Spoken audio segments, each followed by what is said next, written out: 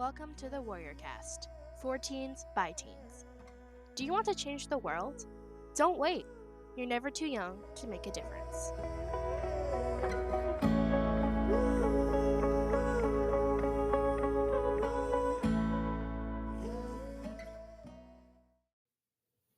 Hello everyone and welcome back to the Warrior Cast.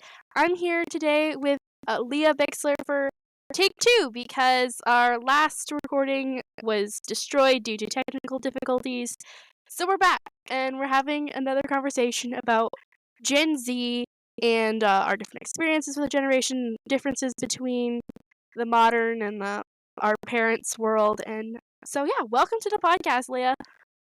Thanks so much for having me. It's good to be back. We love the technology issues. Oh yeah, so much fun. So, what are your overall opening thoughts about Gen Z? Do you think that all of the different prejudices that are the stereotypes, do you think they're mostly founded, or do you think that we need to establish different stereotypes? When I first hear, when I first hear the word Gen Z, whenever I hear it in conversation, I usually hear it in a negative connotation. Like I hear a younger generation that has not figured out how they are supposed to deal with the world, how they are how to act well. And I think that a lot of those prejudices that you hear and you think of when you hear the words Gen Z, I think they are founded in some truth just because we live in a completely different world than our parents and our grandparents lived in. We live in such a technological age where the entire way that society runs has been completely redefined. And so Gen Z is the first generation that has been growing up in this technological age. And I don't think that our parents were really ready for to raise a generation in a completely different world. And so we all grew up in a different world than our parents were ready to prepare us for. And so I think that led to a lot of behavioral issues that led to a lot of the stereotypes that Gen Z is known for. And so I definitely think that those stereotypes are founded in some truth, but I also think that Gen Z it's an unprepared generation, but it is a smart generation. So while those stereotypes are founded in some truth, I definitely think that there is a lot of potential in our generation. Yeah, for sure. And you really see that everywhere. It's just all of the things that we're introduced to that we have no laws to protect us against. No, our parents didn't have experience with it. So even setting up boundaries is just hard because as a parent, you don't know what you are giving your kids, what you're introducing them to, because you didn't have that as a kid, and you can't go on what your parents did as a good or bad example because there was nothing. This is all unprecedented for everybody. And I think that a lot of the different things we hear about, like the mental health crisis, the loneliness, it's all just because we haven't figured out how to combat it in the way that we should have, that we have for so many other technological advances. Yeah, I think you said that so well that we can't go off of what our parents did growing up and what our grandparents did growing up, because like the 21st century has been a complete 360 or 180 flip from what it was at the beginning of the century to now 2025. And it was just been such a fast change in how we do everything from I think a good example is my dad is a teacher, and was one of the not qualifications, but one thing that he absolutely has to have for some things in what his school is doing, he absolutely has to have Facebook just to be involved in some of the events that his school is doing. And I think that's just a good example of how we are very, very quickly become very, very reliant on social media and technology to completely run our world, which isn't a bad thing, but I think that we were so unprepared for it that these changes came faster than we could keep up with. Mhm. Yeah, like, I'm a distance learning student, so I have all my stuff on the government website, and earlier this year, there was, like, a trend, they were like, "Go post a picture with this hashtag on Facebook and tag us in your post," or on Instagram, and I was like, "Really? The school is encouraging that? That just seems so weird to me." And as a homeschooler until this year going into the distant learning program, like, I didn't have as much of those programs, but now that I am in those things and that I'm taking, like, driver training and stuff, I need the internet for everything. My driver's test was on a computer on the internet, and the first time we tried to take it, I couldn't log in, so I could not take the test. And that was not my fault. It said I had the wrong email address, and I did not have the wrong email address, I assure you. And so the computer glitching just I failed my driver's test, and that was, like, so it was so unfair. Oh my gosh, that is horrible. I Oh my know. goodness. As someone who is not very tech savvy at all, I absolutely hate it when that kind of thing happens because I rely so much on the internet for Yes, everything to be able to succeed, but I have no idea how to work it. I have absolutely no idea I how know. to actually fix it when problems arise. Yeah, and I took IT this year because that's the field I'm interested in. I'm finishing up that course for the semester right now. I'll be finished by the time this podcast comes out. And it's just crazy, like, talking about, like, the history and I was learning about floppy disks and stuff in the hardware, and, like, What I is knew about that? them. They're, like, the really old, it was, like they were the really old disks that were in the first computer disk, basically. So, Oh, like I think that, like, the biggest ones were, like it was, like, a couple of megabytes, I think, whereas now, like, oh my 1 goodness. gigabyte is, like, so small to us now, right? That's But nothing. That's it's absolutely nothing. nothing. But, like, these were smaller than a gigabyte, and, like, I if an older person's listening to this, they're gonna be like, "Oh my gosh, she has no idea." But it was I knew what they were because my mom had told me about them and how, like, her first computer game was on a floppy disk. And I was learning about them, I'm like, "This is ancient technology right here. Ancient history." Like, I was born in a world where everyone like, the smartphone was already invented, the internet was already invented. And then I learned about, like, dial-up internet and stuff, and it seems so, like, far beyond my scope of even, like, what I can imagine. It's so That crazy, is so, so true. I would love to see the 21st century through the eyes of someone who was born before the 90s, just right? because it would be so strange to see how easy and how complicated everything is now with all of Mhm. these technological advances. And, I was, oh, yeah, I'm not a, like, normal Gen Zer by a lot of standards, like, I grew up watching Bob the Builder on VHS. That was my Amen. childhood. Yes, yes. And, like, I had all these I didn't have new tech by any means, like, we did not have TV my whole growing up, we got our first flat screen, like, we were using, like, an old '90s TV until, like, 2 years ago, and we got a flat screen from, like, 2010 or something like that, so it's still not new technology at all, but, like, Mhm. we just got a flat screen we just got a modern TV not that long ago, and then but I still definitely am, like even though I don't have a VR headset, I don't have a Nintendo Switch, I just recently got a PC, so I do game, but, like, I did not do that for the first majority of my life. And, yeah, it's just so weird looking back and, like, how my generation is so different and, like, social media is everywhere, and, like, now with TikTok getting banned, like, that's, like, a huge historical moment for me, right? Because 'Cause I'm like, "Wow, It this really thing." is, but then when you think about it, TikTok isn't even that old. No, it's But it not. still feels like the world is completely changing because it's going away in the US. And now it's gonna be, like, history. I feel like, TikTok is just gonna be in the same shelf as COVID, right? Because it's only Yes, been a couple of years. absolutely. So, like, COVID and TikTok are, like, gonna be, like, together as a thing of the past, and that's Yes, yes, so definitely. weird, It'll be an so weird. interesting era for my kids to read about in their Yeah. history books. Have Yeah, you but it seen those videos where it's, like, some kid in 2040 will be, like, theming their room after the '20s, like, people room do their room after the '80s? That's so weird to me. it's so strange. I wonder what that will actually look like if you're gonna do 20s themed parties or whatever. That will Yeah, be right? that will be very interesting. So people, like, wearing masks for 20 theme Yeah. parties. Yes, absolutely. And I wonder, like, what the '80s people thought think now, like, they were, like, kids in the '80s, right? And then they look at all these '20s kids that want to, like, be in the '80s, right? Yeah, And that'd be that would so be so weird, strange.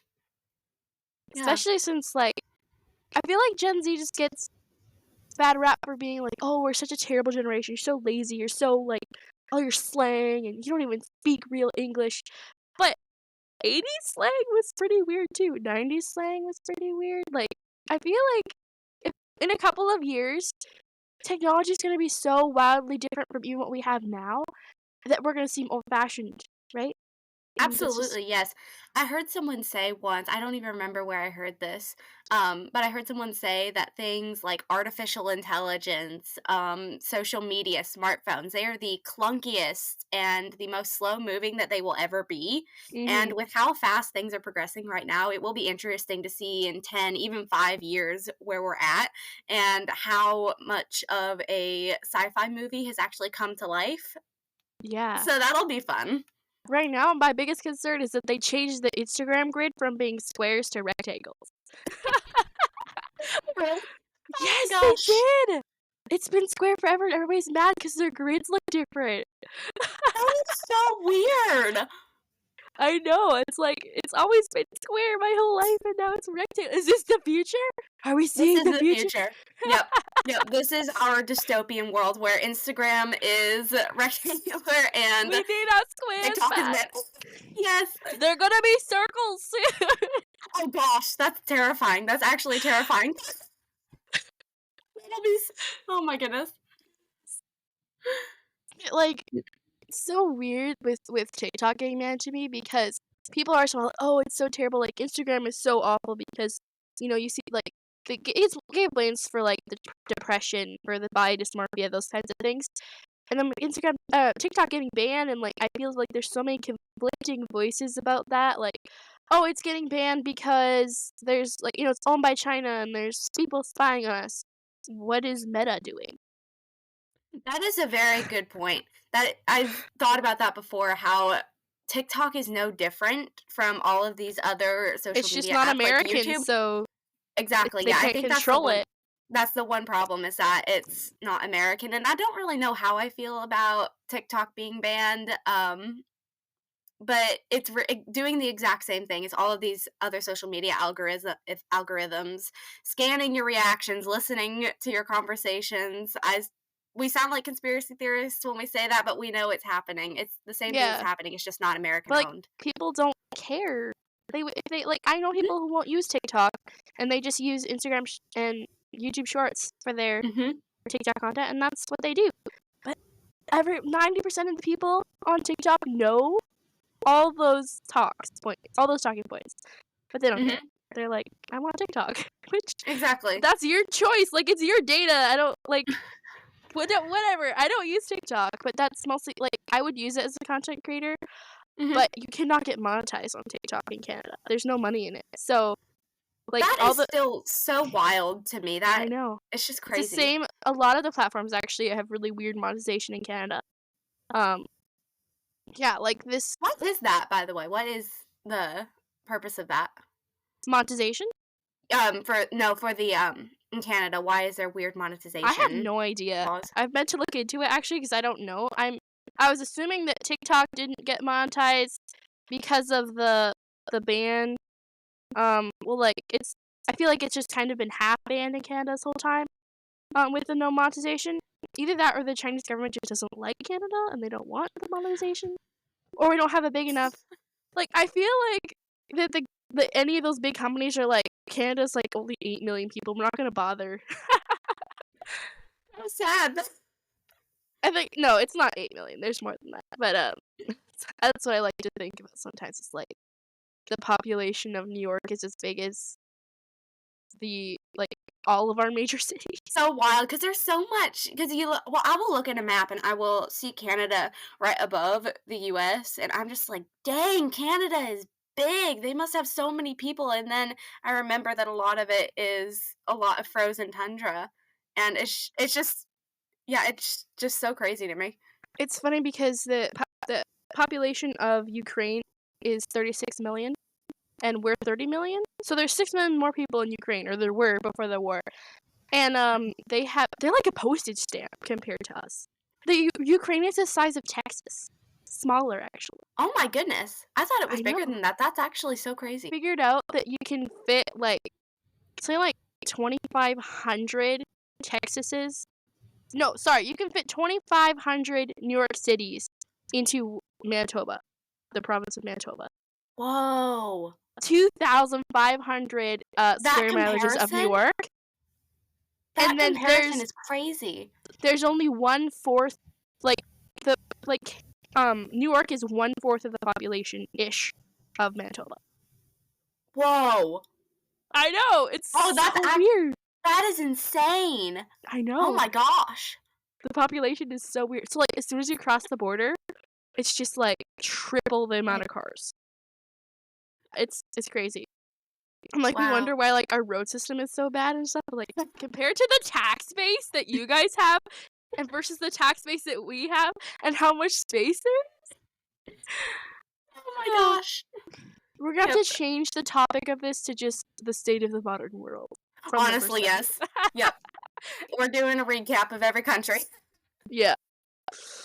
But like it's so weird. I just wonder because like I like dystopia. I like that genre, right? Mhm. And I It's read really about like interesting. Pan Am and like the Lunar Chronicles have the Earthen Union, and it's got like the 6 or 7 depending on. It's just the continents are all split up into like big New World Order type huge democracies or whatever they are. And I wonder, like as a young person, how long do we have before that kind of thing happens? Because I think it's very feasible that we have huge unions of countries. And Donald Trump was joking about making America the 50 or Canada, sorry, the 51st state. I heard that. Yes, so funny. He said that to Trudeau at a dinner. Oh gosh. It's hilarious. I don't know if I should be ashamed or proud. I know, it's hilarious. But like Gosh. I just wonder like that's honestly feasible because it's like one state worth of people. Like it's a huge amount of land, but it's one state worth of people. It really is. That's what I think about with Alaska, because if you look at in the US, we have these maps where you have the US and then you have a little section at the bottom where you have a picture of Hawaii and Alaska. And in that picture, Alaska is so downsized where it looks smaller than Texas, but actually it's like a third or a half the size of the actual US. But the population is just so not dense. So sparse. Yes, thank you. Yep, it's wild. There's more deer and moose than there are people. Deer, moose, and hockey players. Yes, right? McDonald's just released a new burger named after one of the hockey players. Oh gosh. Pretty funny. That is so fantastic. And of course, like one of the biggest restaurant chains in Canada is Tim Hortons, and that's named after a hockey player as well. I mean, yeah. I think it's a great sport, so props to you. Yeah, like it's like the identity. It's funny because lacrosse is the like the country sport or whatever, but way more people play hockey than lacrosse. I never think of lacrosse as anything other than something that my brothers would play for a season and then go back to soccer. Well, it's bigger in like the French, like in Ontario and Quebec. Yeah. It's way bigger there, and they have all the political power, so it doesn't matter. They're like, no, we're voting for this. This is what we want. Can you imagine Gen Z politicians? I picture that a lot more than I would like to admit, actually, and I just keep picturing a lot. One of the famous influencers that are on TikTok right now or YouTube going and becoming a politician, because they would absolutely get elected. Oh, I'm trying to think of an example. What's her name? Sophia something or other. Sophia Richie. I think she was pretty TikTok famous a couple years ago, but I don't know if she ran for some political position in the US, she would absolutely get elected. Can But you imagine if Taylor Swift ran for president? she would win. She She would would win. absolutely win, and that She doesn't terrifies need me. any experience. Like, Absolutely not. it would be terrifying, but like she would totally win And I'll by tell a you this, landslide. her campaign would not be expensive whatsoever. She would not need to No. spend very much. I mean, It would she would, but she wouldn't need to. It would absolutely, just be yes. like every 18-year-old girl is gonna go and vote for Taylor Swift. Mhm. Exactly. You don't need a reason because it's Taylor Swift, and so you're going to vote for her. I actually stumbled across this reel the other day on Instagram. It was a girl, and she's campaigning to be president. She's probably 16, 17, and Oh, wow. she's planning to run for American president in like 2030 something. Aw. So she's starting campaigning now, and I thought that's really interesting. She wants to start a third That party, which I'm like, I mean, maybe by the time she's being president, but like, it was really interesting because I'm like, huh, this is a Gen Zer wanting to be president, and that that's is really very interesting to me. interesting. I hit follow because I'm like, oh, I kind of want Uh, to see where this goes, and so maybe someday I will go and look at the ballot box, and there'll be That'll be her name. yeah. That is interesting. Starting campaigning as a young person, I've never actually thought about that, but Like that's very influencer interesting. / politician, yeah. That what a lifestyle. Right? Oh, have you seen um Donald Trump's granddaughter? She's absolutely blown up on YouTube Yes. after her speech at the Yes. RNC.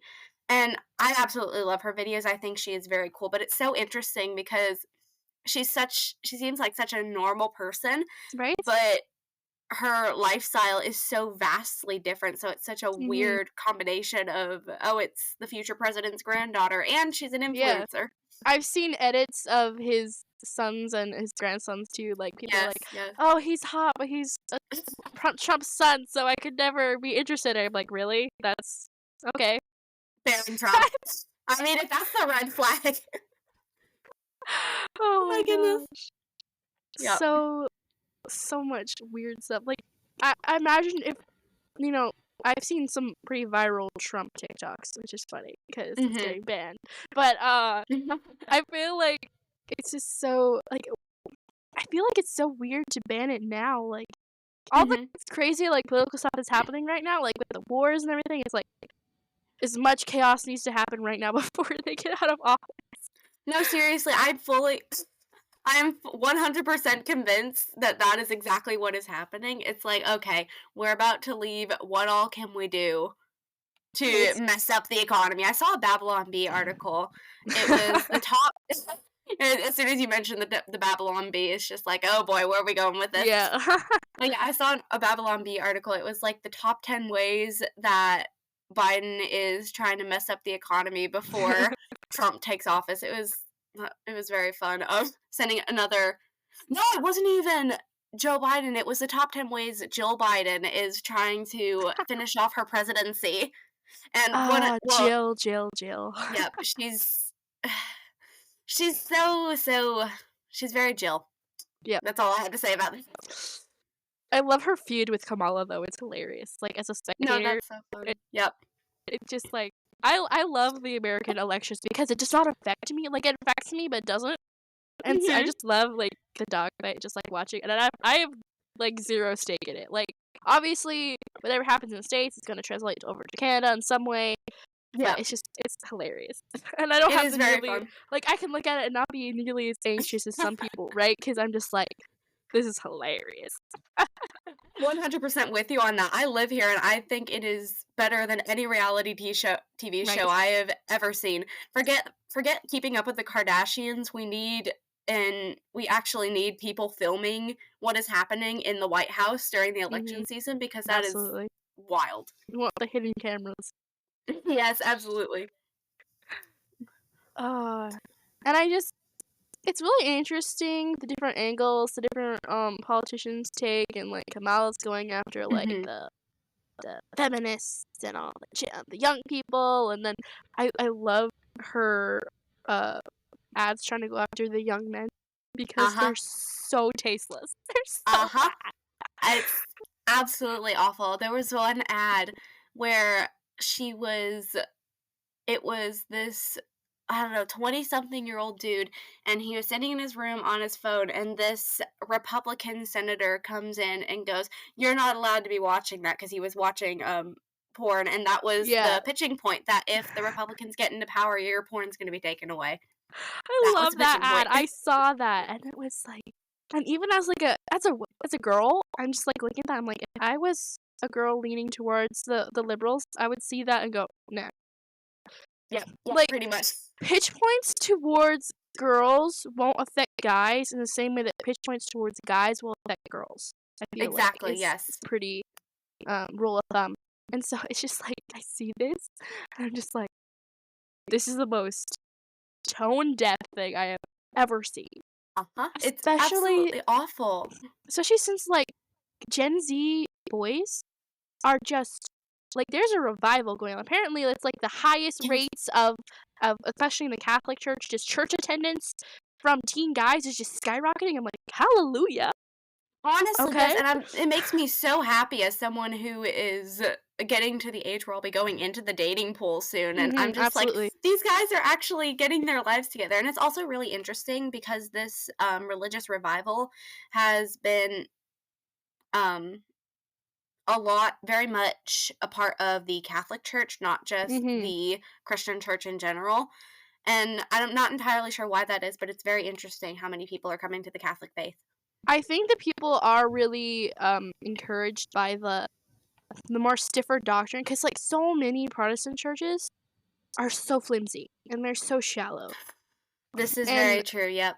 and in the Catholic Church, you're much more likely to find much more consistency, and I feel like that really constitutes, like, people feeling safer in that kind of like, when you're just getting into religion and, you're not gonna see a pride flag in front of a Catholic church, most likely.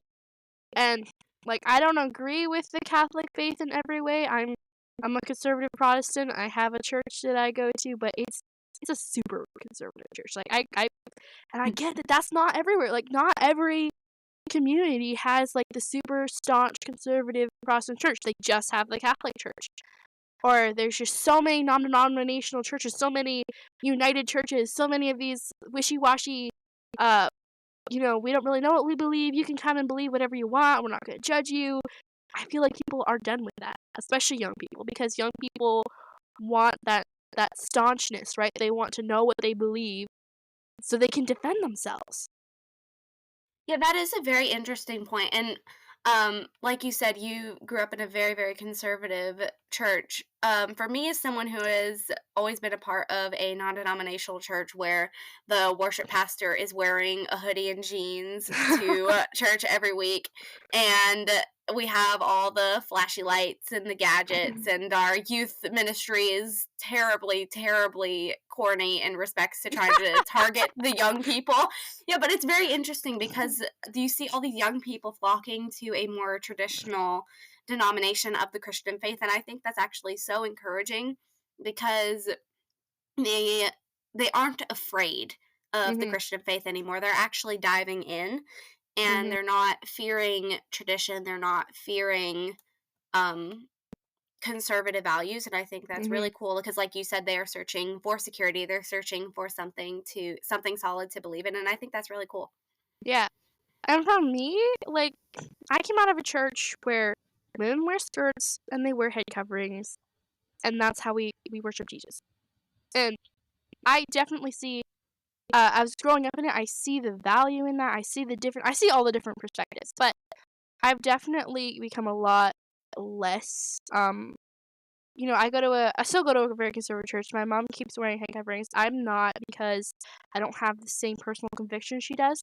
But like I know what verses in the Bible she has to back herself up on this, and I really respect everyone who has that conviction to wear a skirt, to wear a head covering, um, different things like that.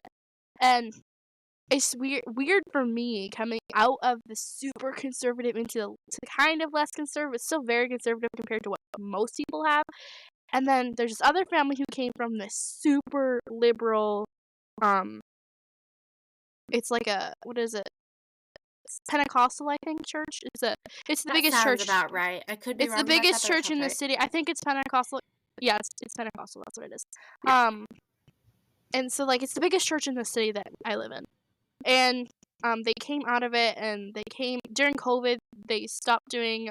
They had parking lot services, but I don't think they were doing it through the whole COVID. Huh.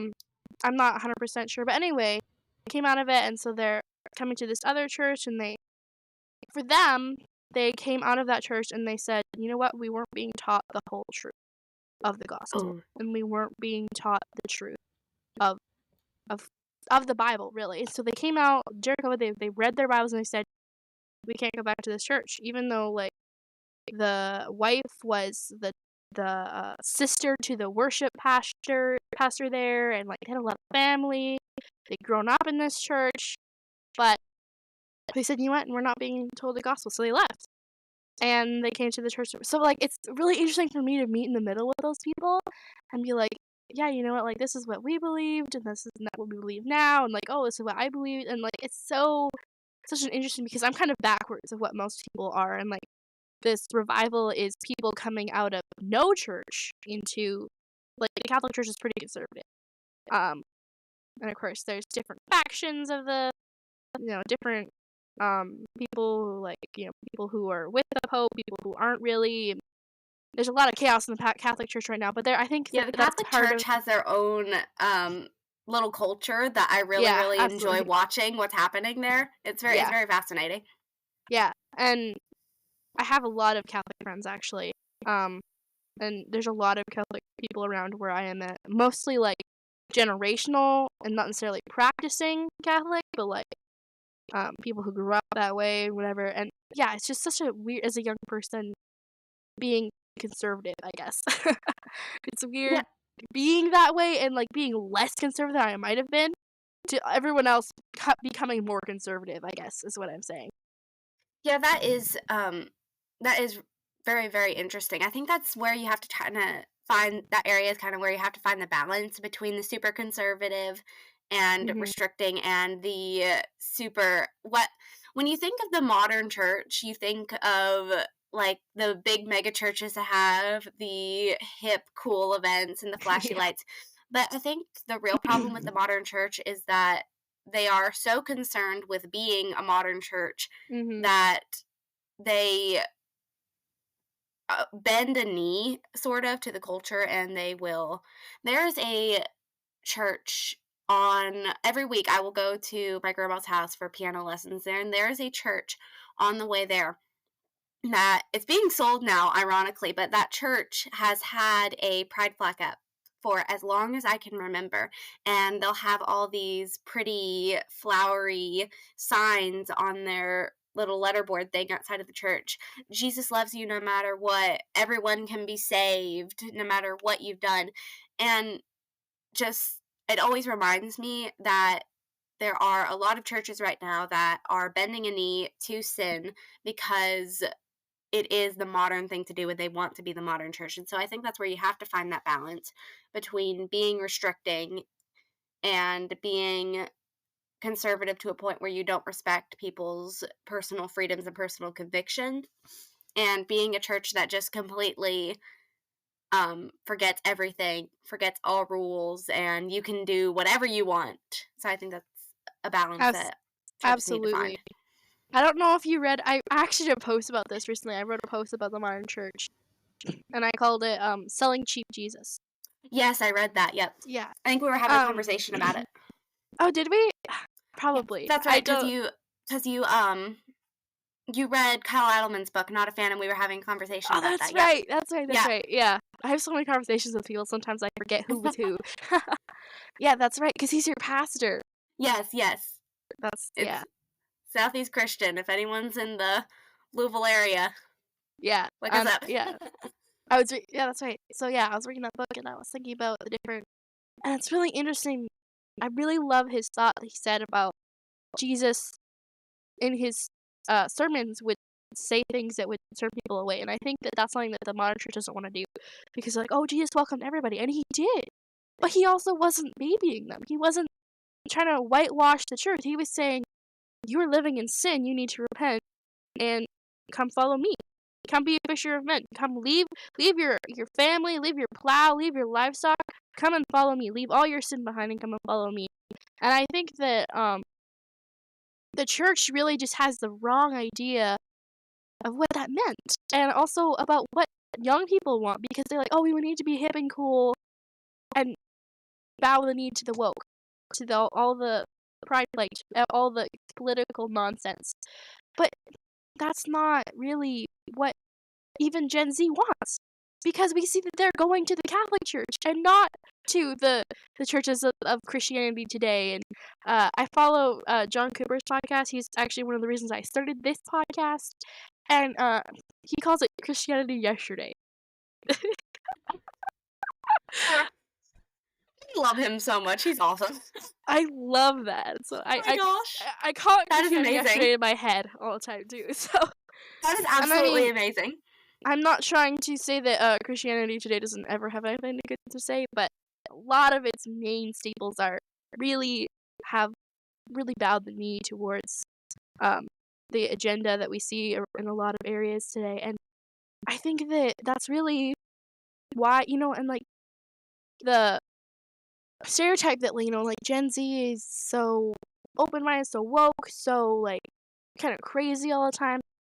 And I think that there's really two very separate sides. There's the teens who are like that, the full-on LGBT, and I feel like that's mostly the older generation egging them on. Because for me, if my parents, because I've always been a tomboy, right? So Mhm. my parents had said, you know what, you're a tomboy because you like girls, then I would probably be gay. Whereas since my parents were like, you can be a tomboy and still be a girl and still be straight and, be a girl, like, you don't have to be trans, you don't have to be gay, you can just be who you are. And I'm very, very stable in my sexuality. Like, and that's because of my parents for the most part, and because of my faith to a certain extent, but I also would not have that if it wasn't for my parents. And then there's the other side of it where there's these teens who are like, this is all BS. Like, what are we doing? And so we see that in the rise of church attendance. We see that in the rise of layman workers. People are like, I don't want to be in a corporate office job. I want to do my own thing. I want to like work with my hands, have a actual like real life career, because I don't want my job to be replaced with AI. And I feel like that is also a really good sign about like, I feel like that's a manly thing to do, right? To like want to work hard and like, I don't have anything against someone who wants to like go into a computer job and that's what they want to do, but I also think that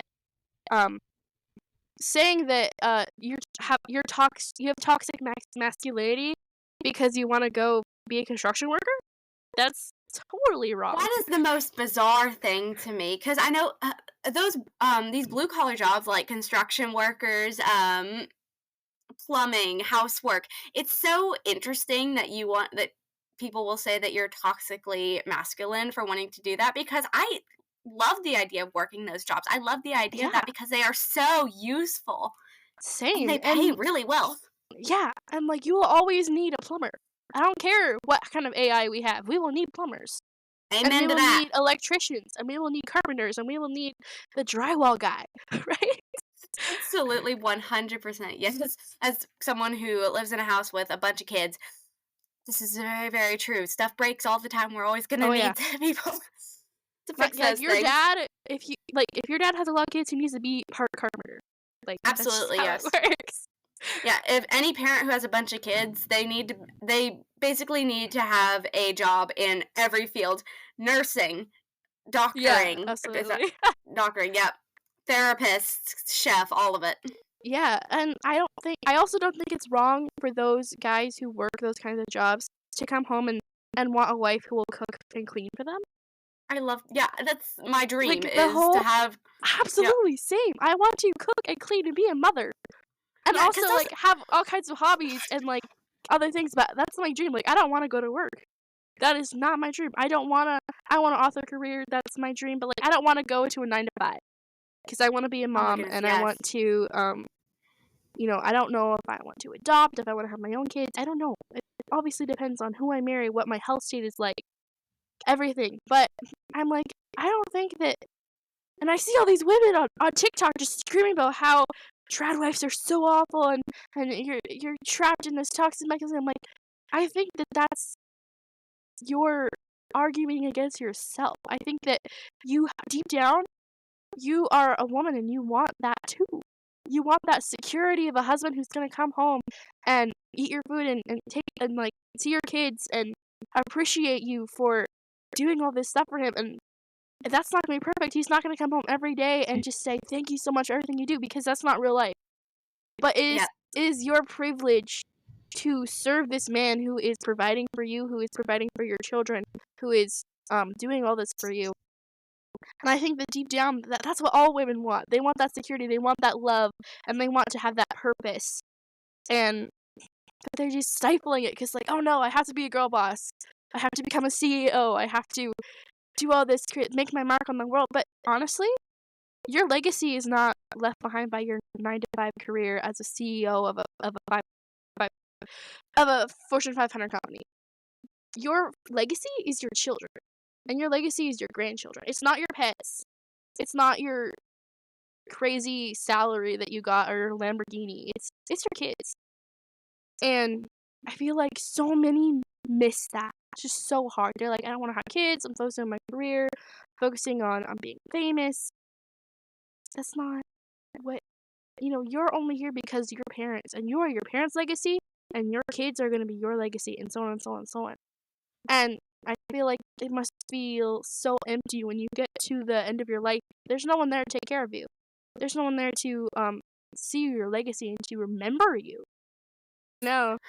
Whereas, like, I remember Arnold Schwarzenegger's daughter because she married Chris Pratt. So Oh, that's right. yeah, so I remember these people because, like, they're connected now because of his daughter, and it's just really interesting, like, seeing those careers go down. And even with Trump, you see Donald Trump Jr. is in the political arena, and Yeah. like you said, his granddaughter is, and Trump has a legacy, and the Trump family as a whole has a legacy because of that. Yep, And it's a whereas, very, very fascinating family. You want yeah, to see what these kids are going to do when they grow up because they're part of this family, and you know that this family, they are very well connected to each other, mhm. and they're teaching each other a lot of different success strategies. It's very interesting. And because he has kids, he's so much more personable to me as a Yes. kid, right? Like, because he's a dad, because he's a grandpa. I feel like that makes him more as a real person. Where's Kamal? Like, where did Kamal even come from? Like, I see all this stuff about, like, where did she even come from? She came from a middle class home and she worked at McDonald's. That's Yeah, what. and she lived in Canada in the richest neighborhood in, like, all of Canada. And but yet she was a middle class, and she Middle remembers when class. her mom bought her first home, and even though she lived in the richest possible neighborhood. See, that's how you know that someone's privileged, just the fact that they were able to buy a house, because that is my main concern right now. Right? Us at 15 years old, how am I going to buy a house? I know. I'm like, I'm gonna have to just live in a camper or like live in my car. I have to like move down south because you can't live in a camper here unless it's really winterized. So Oh I'm my gonna have to like gosh. get a visa and go live in the I hadn't States so I thought can about live in I my hadn't car. thought about that, but yeah, that would be awful living in a camper or an RV in Canada. Oh my Oh yeah. gosh.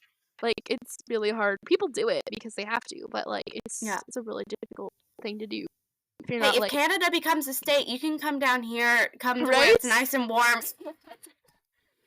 We wouldn't have to worry about tariffs anymore. Trump is putting on these big tariffs, and like that's like the biggest concern for the Canadian government right now is these tariffs. And it's like, well, you could just become a state. You could accept our proposal. We'd love to have you. It would Uh, be great. it's hilarious. Then we would really start the one world government. Oh It would be a gosh. huge. Imagine how much land that would be. The U.S. would Would finally be bigger than Russia.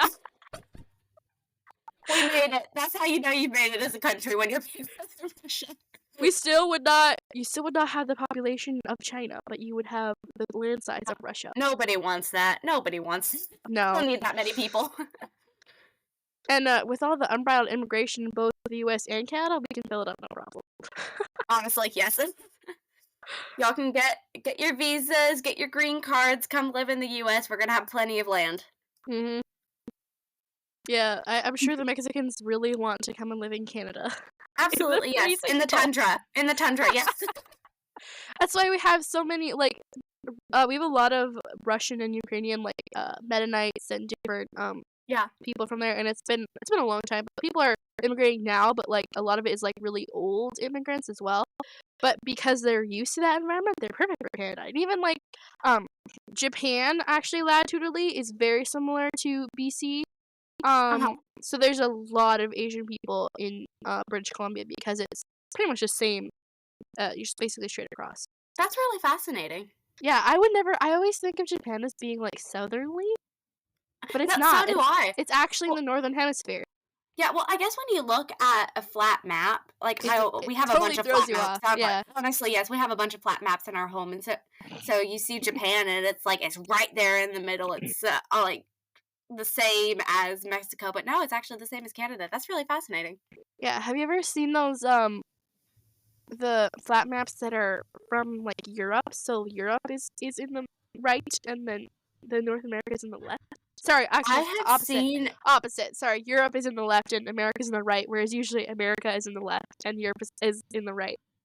I have seen some of those, and it is such a weird shift for me, I just know. because that would be how maps would have been drawn Yeah, before. Oh my, that it's just so crazy to think of how people see the world I and who's actually in the center think of the world. I think that actually it was originally I think that America being the left is the original because they Mhm. traveled left, they didn't travel, Yeah. like, east, they traveled Yeah. west. So I'm I think that's forgetting my how lesson originally it would be. rest. Yeah, I think I agreed with you for a second, I was like, "Oh, wait, I think it actually would have been J." But, like, yeah, it's really Yeah. weird, like, when America I isn't drawn from America. Like, I think that it's mostly, Mhm. uh, the Asian maps actually are that way. I'm Mhm. not sure, because Asians would be going east to get to America, I and think then that Europeans would mostly be going west to get to America. yeah, that sounds right. All I know is the memes where it's like aliens when they see the world, just the US. That's all I know. Yes, that's so funny, and it's so funny how America is like, yeah, aliens only ever come to America, apparently. Pretty Zombie much. apocalypses only ever happen in America. I feel like I should be Uh, more concerned about that with all the drones in New Jersey right now. oh my gosh, yeah. Fine, we don't talk Crazy about it. Everything stuff. is fine. I'm completely okay with how the events are unfolding around me. It's like that meme with the dog. Yep. Yep. Everything is fine. I am completely happy with my circumstances. This little cup of tea. It's Yeah, like, the that's smoke alarm me. going beep. Yep. That's Yep. every Gen Z person. Just like, hey, this has been our entire life so far, That's the so you know what? 20s. Let's just enjoy the Yep, The meme of pretty the much. 20s. Yep. That Just just draw a describes it mask on all. his nose. Exactly, yes. Yep. Oh. And Oh like goodness, yep. That's why I think I hear all the time that Gen Z is such an unserious generation, but I'm just like, we have to be, or else laugh or cry. we're yep, laugh or cry. Like it's Laugh or spiral into deep depression. what's that Hannah Montana quote? It's life is harder, it's a party. You know what? We're picking a Yeah. party because everything else is crazy right now. We're obviously Gen Z because Hannah Montana quotes. Honestly, yes. I didn't even grow up with that show. It somehow I know it. Neither did I. Okay, so I told you this story about how I walked into a secondhand store and my grandma finds this Yes. Justin Bieber book and she's like, Oh my "Don't you want this Justin Bieber book?" And I'm like, "Who's Justin Bieber?" I had no idea who Justin Bieber I was. was so proud of you when you told me that story. I was like, you are challenging the culture. I'm so proud. No, my brothers But were the Justin Bieber Hannah fans in Montana. my family. Oh, that's hilarious. It's very fun. Yes. But Yeah, but like those. Hannah Montana was the same. Like I didn't know who she was, but there was her merch Huh? in every secondhand store. There still is. You go to a secondhand Yep. store, Hannah Montana merch, because some grandma went through their stuff and got rid of all. Some teenager was moving out to That was college. exactly how it happened. Some teenagers moving out to college, and their parents are like, "The Hannah Montana merch has to go. We're not keeping that for you." Exactly how it went. Absolutely. Yeah, but But all it's the those. same deal. Like I had no idea who that was, and now I do. Except I was totally late. Like by the time I figured out who Hannah Montana was, she was already Miley Cyrus. Honestly, yes. Yeah, it's really fun. It's really funny. I never grew up with any of the Disney shows. I was a PBS Neither kid did I. through and through. And so I'm watching all of these Disney shows now. I recently watched Girl Meets World, and I wanna watch Hannah Montana, but it's so weird because like, these are the things that Yeah. people would reference when I was a little kid, and I had Yeah. no idea what they were talking about Like because I was not. Victorious and Cat Oh, yeah, and, word, whatever that yes. one is. Yes. So, like, all these shows, Was and I'm like, I'm just learning about all this, right? And, like, Uh-huh. of course, Yep, I'm late to the With cultural Sam and party. Cat, I read Jeanette McCurdy's memoir before I saw the show. So, like, I'm reading about, like, what Jeanette McCurdy's mom is doing to her while she's Oh my gosh, that it is actually permanently wrecked it. Permanently wrecked Sam and Cat for me. so kidding. Oh, Um, and yeah, then like Girl Meets World, yeah. I watched it after all of the stuff came out about Disney stars and how what Yes, it was like for them as Nickelodeon and kids, all and so that, I'm yeah. watching this and I see Sabrina Carpenter and I'm just like, "Ah!" It Yeah, I completely ruined totally it get for that. me. And, like, another thing about Sam and Cat is, like, it's also Ariana Grande, right? And, like, I Yeah. recently all the stuff about her, like, getting that guy to divorce his wife and kid Oh my and, gosh, all the she's home wrecking going on wild. during Wicked and how, like, she, like, practices witchcraft apparently. This is all, like, internet stuff I've heard. So weird, but I love her in Wicked so much. I haven't even seen the movie, but I love her in the trailer, but she's so Yeah, weird. but she's so Yeah. I didn't see Wicked because A, I'm not a theater kid, and B, I was like, I'm not really into the whole home wrecking thing. Fair enough. I'm not even a theater kid, but I would be the one that bursts out into song in the theater because I absolutely love Oh, yeah. the Oh, yeah. soundtrack. Defying Gravity, I know that through and through because every TikTok, Yes! every YouTube short is like, "Ah!" All the theater kids are coming out of hiding to see this movie. Yes. It's Have you seen in the in the theaters that are showing Wicked, they have some of them, at least the ones in my area, they have a separate theater that is a sing-along version for Wicked. Really? Like, you can go to this theater and Okay. you can buy a specific ticket for this showing, and it's a Wow. sing-along version. Canada's It's not big enough for wild. that, okay? That is not a Canadian thing. Like, there's only, like, 5 theaters in Canada that have that. The Gosh. theater in my town okay, so my town, I don't even know what the population is. It's like a 10,000, I think, and it's like that's the city we go for all our like, that's, like, the city. The big city is Regina, it's the capital, it's, like Yeah. it's, 200,000 people. The capital Oh, of that yeah, Whoa! yeah, 200, I knew it was 200, a smaller 200K. population, I've wow, that the numbers are wow. So, the theater in our little which is would be considered small town America, but it's like a city for us. Like, this is kind of a I side don't even point, know if but that would be considered a city in America. That's one of those where it's like yeah, right? an outlying town. So, Adventures in Odyssey is always, like, small town America, right? Like, that's, like, the Yes, oh, yes. if Odyssey it's like 20,000 people. For me, that would be huge. Like, That going to a is city of 20,000 wow. people Yeah, is big for me, 20,000 is yeah, when I hear 20,000, I think, "Oh, it's a small little town." That's like the town I live in, which no one's which ever is heard of. unbelievable to me because I'm like, "That's a huge city." Like, if it's 20,000 people, everybody within 3 provinces knows what that city's name is. Whereas, Whoa, that I grew up in is a town wild. of 200. Okay, so with those numbers, is the culture of these of with a smaller population, is it very close knit? Like, does everyone know everyone? Oh, yeah. My grandma, if she's going through our hou she also does home care, so it's a little bit different for her, but Uh huh. she goes through our town and she tells you everybody who's owned that house for the last 30 years. Wow. So, like, if you're talking about, "Oh, yeah, that's so and so's house," right? I'm like, "Well, they lived there 15 years ago, but I guess." Oh my gosh. Yeah, Do so you like it like that, where everyone knows everyone, or would you like there to be a broader I do like it community? mostly because my grandma is, like, the legend of the town. So, like, I Famous. have, yeah. I mean, nobody really knows that I'm her granddaughter in the same way that I know that I'm her granddaughter, but yeah, if I say, "Oh, yeah, I'm a scarf," they'll be like, "Oh, I know your grandma." That was actually so funny because, well, I guess so in the town that I used to live in, or I guess city, I don't know whether to call it a city or town, but my grandpa used to be the head basketball coach of the Okay. town's high school, and so I'll tell people my last name, and they're like, "Are you related to Mark Bixler?" And I'm just like, "Yes, I am." And so it's fun to be It's like almost a nepo baby of small town yeah, America or Canada. as an oldest, it's like having that older brother who is super famous in, like, the sports, and everybody's like, "Oh, you're so and Yep. so's little sister?" I said, "I'm their grandchild." Exactly, yes. I'll never have that because I am A, I'm homeschooled, and B, I'm the oldest, but It's so fun. The oldest child, it's a strange role. oh, yeah, very. We are the strange ducks. I called my brother a strange duck, and he says, "Well, at least I'm not a quack like you." And I was like, I just had to say that was an amazing comeback. This is brilliant. Oh,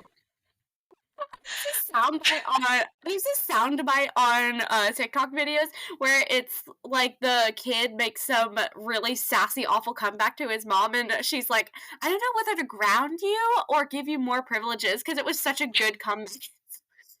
I What I know. thought of. Like, when you're a second youngest, you have to have weight or you'll just get butchered. Oh, absolutely. We have 3 middle Absolutely. kids in our house, and they are all sassy like you've never seen. It's Mhm. crazy. And I'm just like, "Where did you learn this?" I Oh, didn't teach yeah. you this. Oh, yeah. I know a family who has 7 kids. We're, like, besties. They have twins who are the oldest. So neither of them Ooh. like, that must be so lucky to split the oldest responsibility. That would be crazy. I would be an interesting dynamic Yeah. because you have 2 people who are kind of in control. You'd have to figure out who's the dominant one. Yeah. Sibling And, like, dynamics are so weird. they both have, like, really different strengths, and it's a really interesting I love their Huh. dynamic, and they're probably gonna watch this, so love you guys watching this. Uh, Wonderful. but anyway, they're younger kids because there's 7 of them, right? They Oh my goodness, 7. have to, because they had to fight to survive, Mhm. they're Too so much. Too sassy. much. They are amazing. I love them. They're like 5, right? They're like 5 years old and they got the sass that I couldn't even imagine. I know. Just like, how do you think that quickly? That's impressive. My mom isn't really like the witty comeback type, so I don't come by it super naturally. Whereas Yeah. they would come by it more naturally because of their family and because of their friends and stuff. I didn't have the same, but I love it. They're hilarious. And It's very fun to watch, yep. oh yeah, I have a friend I love who big families. big families are so fun. I have a friend who has a bunch of little siblings, and her brother, he's like classic Gen Z boy, but Oh in boy, a in does a he have in a the classier way, just because he's a okay? Christian homeschooler. But it's so funny to me because this child, he I don't understand where he comes up with his comebacks to the things that his older sister says because she is like this very old-fashioned, super conservative, like, I wanna be a housewife girl, but her little brother is just in a completely different world, and I don't know where it comes from. Some of the dynamics are so fascinating to me to Oh try yeah, and pick apart, just because it's such a natural hierarchy, and so it's a oh it's very yeah, interesting. and like I can't imagine people who don't want to have big families because they're amazing. Mhm. Like the They are so stories fun. I have, I could tell an amazing amount of stories about my siblings and about our cousins and stuff too. My cousins are pretty hilarious guys. At least okay, but have you seen like the memes about how every Gen Z boy has the bush head and like how have you seen the one where like the deer gets his head back and then he comes back up and his head is all covered in branches and leaves and that's like I've every seen Gen that, Z yes. boy hairstyle. So true, and I don't Okay, my but brother my has that area kinda hairstyle, it's crazy. my area, the prairies of Canada, it's the Uh-huh. mullet. The mullet and the pit vipers. Oh. Oh. Oh, no. Okay, some guys can kinda pull off the mullet, but Okay. it will never be my, like, ideal, like, I look at a guy with a mullet, I'm like, "Oh, I No. love that." And No, the pit vipers make it that much worse. what's that thing that Brett Cooper said? Focus on the inside because you can change everything else. Yeah, if my boyfriend has a mullet, it's coming off. Oh, yeah. Oh, yeah, unless he's, like, really attached to it. Yes, if it is a part of if it defines who he is, then I guess I can live with it. Oh, but yeah, Yeah, so because funny, like, sometimes it really does, it's funny. I look at the guy with the pit vipers and I go, "Nah, nah." Honestly. Yeah, part that's of me just is funny like, 'cause okay, how did he's you land probably on a that? farm kid. He's probably a farm kid. He probably is Yeah. fairly conservative, but I'm still like, ick. Honestly. Yep. It's like, okay, I can see the kind of culture you grew up in, but also Mhm. how did you land on that hairstyle? Yeah, And, but like, the moment is making a comeback. I'm seeing it a I lot know. recently. I know, and it's so weird to me. There's this little he's adorable. There's this little 2-year-old boy in the class that I help out in at church, and he has like, he's the kid that's wearing the flannels, the jeans, the cowboy boots, and has the most That's amazing. defined mullet, and it's just so funny to me because he has this little fashion style, and I'm sure his parents picked it out for him, but it's very funny. When I was a kid, my mom got this pair of, pink camo Carhartt overalls for me. I think they're, like, 2-year-old size. No, actually Oh, younger than that. They're like, 9-month probably size. They're adorable. No, I can't remember now. But anyway, they're little person size, okay? And so they've gone through me and both my sisters, and my little sister's probably grown them, but they're so cute. And so at oh, camp this year when I was helping out with camp and like the girls were talking about how there's this one girl there that was obsessed with Crocs. She loved Crocs. She's like, I'm gonna buy all my kids the tiny Crocs, and then when they're done with them, they're gonna go on a shelf and I just gotta look at them because they're so cute. And I was like, that okay, is an yes, adorable idea. but overalls. Yes, but Oh my overalls. gosh, yes. That would be so adorable. It's like those little footprint hangings, but overalls. Yes. That's so My cute. I love the Carhartt overalls because A, they're Carhartts, and B, they're Honestly. gonna go through all your kids. Yep. Okay, like Yeah. they will survive. They're not Ardennes, okay? They're going to survive. They And will have a long, long life. they will charge you an arm and a leg for about that much fabric. But it is so cute. It's so cute. It's worth it. It's an I can't investment. even afford Carhartt for my big person body. Why am I paying like half of the amount I would for my big person clothes that I am for the baby clothes? People buy it. We Some care more about brands. the Oh children's yeah, fashion than our own. the brands. It's crazy. It's very true. Yep. And Like, that's why I thrift everything or I get it oh hand me yeah, down oh from yeah. my cousin because I don't have money. So Oh yeah. Who has money? Like, I went into Gap a year ago. It might have been no, I think it might have been uh-huh. 2 years ago by now. It's the first time I've ever been in a mall Oh. because you have to travel 2 hours from where I grew up to get to a mall. Oh wow. True story. Because population. So, so we drove 2 hours, we got to the mall in Winnipeg, which is the capital. You have to go to Winnipeg to get a decent mall. Mhm. Again with the capitals that are tiny. But anyway, we go into Winnipeg and we're in the Gap there, and I look at the jeans, I'm like, $50 for a pair of jeans? I Seriously. used to pay, like, I just thrifted, like, my whole life basically, and I did not have a Mhm. job, I didn't even have an allowance at the time, and I was just like, I made $2 a week for folding laundry, Oh my and god. $10 every time. My mom paid me $10 every time I babysat my siblings, which is Mhm. way more than most people get, but still, $10 a week, $12 a week is a Uh-huh. meager amount when you're paying $50 for a pair of jeans. Uh-huh. So That I go in there and I'm who's like, gonna pay $50 for a pair of I mean, I know jeans, people who would, but, like, most of the time, they don't even fit properly. They right? don't fit properly unless you I thrift would them and they've much already been rather, worn. yes, I would much rather wear broken in jeans. So anyway, I go in there and I'm Yes. like, $50 for a pair of jeans? Ain't no way. I'm used to paying $7 tops for a Amen. pair of jeans. Yeah, And I so look on then, Amazon for a oh yeah, specific type of clothing, and I'm just like, I got that type of clothing at Mustard Seed for, I don't know, $6 when it's $40 I on grew up Amazon. I grew up in a thrifting gold mine. There are about there's Yes. Twin Cities where I grew up. They're about the same population. Um, they're again tiny cities. They're Yeah. also 20,000 each. There's like 40,000 people together, probably. Probably Yeah. less than that. But anyway, it's thrifting gold. There's like 5 thrift stores in both of those, and over half of them all like one of them is for the Adult and Teen Challenge mission, which is like to support drug addicts, whether they're adults or teens, and then there's a couple of the ones that go to missions in Mexico, and then a couple other ones are just for the community. Like the one is just like it funds the community center, it makes me so happy because I'm like, all my money is going towards a good cause, and I'm also paying That a is meager amount towards this. that is so nice. 'Cause, yeah, you're Yeah, paying for good stuff, but you're also like, it's your all money isn't donation. going to the big retailer that pretty much Yeah, runs the entire country. It's great.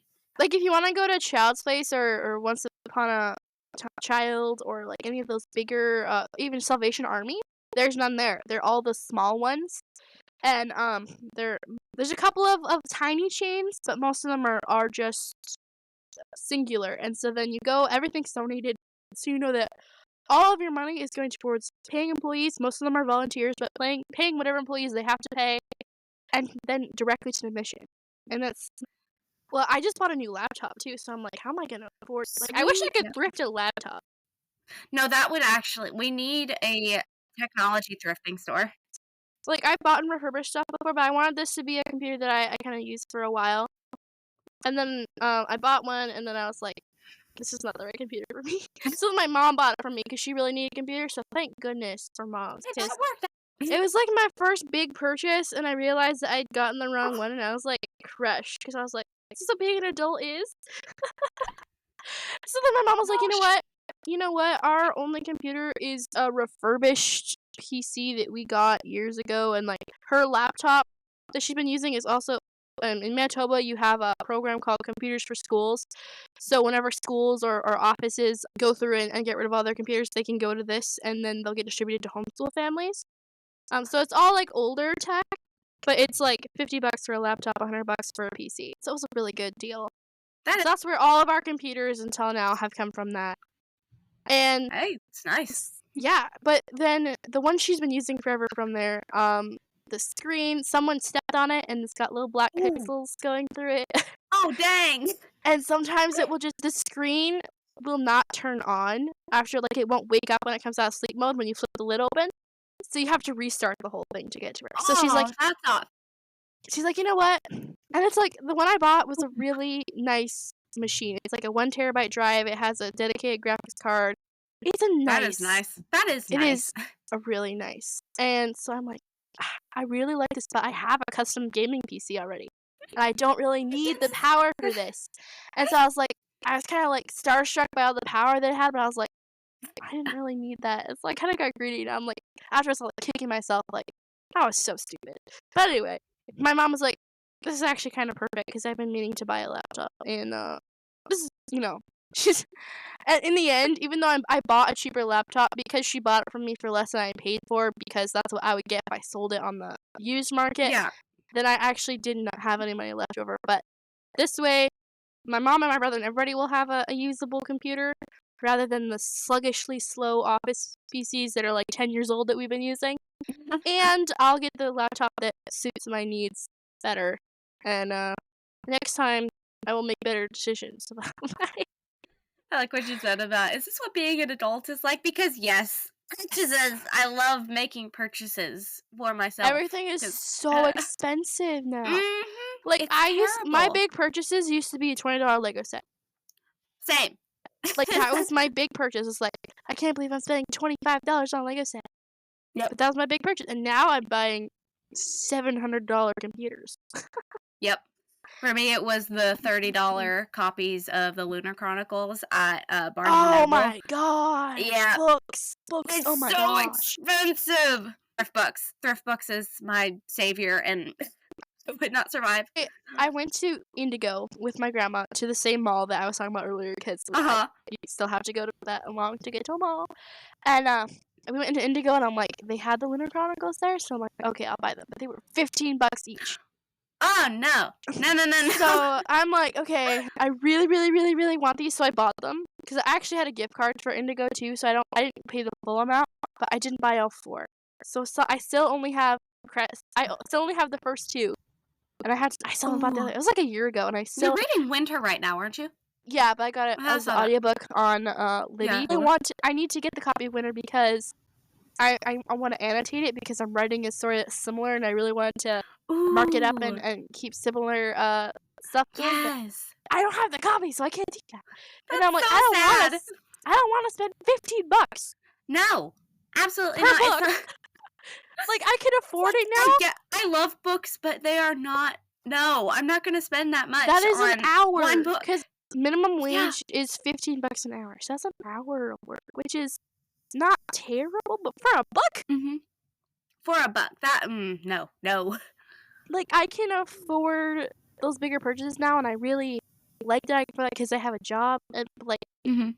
I think about my time and how much time I spend working, and, I'm like, it's like a month and a half of pay because it's only part-time for me to get a new phone, and Yep. it's not saving any money. That's just using all of my money for a month and a half on Oh, my phone, it which really is. Money is I so weird. I need it because, like, my phone is literally gonna fall apart. It's got s Yep. about 5 cracks going through the whole thing, and every time I replace the screen protector, Ooh. little chunks of glass come out with the screen protector. Oh, that's so sad. So and I'm like, I really need to replace it, and the battery doesn't hold up anymore. It's, like, maybe half Oh a my day. Like, I was scrolling well, through, YouTube this morning, and half my battery went down in an hour, which is oh, like, heck okay, it no. was YouTube, No, and I probably those have a gazillion apps open any too. phone made after, like, 2010, they're just made to fall apart in 2 They years. are. Yep. Okay, I had an iPhone 4. Oh my. It's a brick. It's a brick. And I kid you not, we found it in a snowbank the other day. But it was last spring. Last spring, the snow melted. It was like, what the heck is that phone doing out there? It's been missing for a while. One of my younger siblings had it now. It hadn't been mine for a while. But one of my younger siblings is like, oh, so that's where it went. Like, kid, you put your phone in a snow. We turned it on. It still works. It's It still is in, what? it is in use to this day. It's insane. It's an iPhone 4S, so, like, the original iPhone 4 only comes out to, like, Android, like, 5 or something like that, but Uh-huh. this one had 9, iOS 9, so it stayed in use for a bit longer, so it's still actually usable, whereas we had an actual iPhone 4 too, and, Uh-huh. it stopped being functional long before the iPhone 4 does. But yeah, we still use iPhone 4. My brother is running around the house using it. Spotify finally is old enough that it kicked him out and it won't let him log in again, but we have the really, really, really old version of Audible on there with a bunch of downloaded books, and he gets to listen to them. That's crazy. The only damage done was a little bit of water under the screen.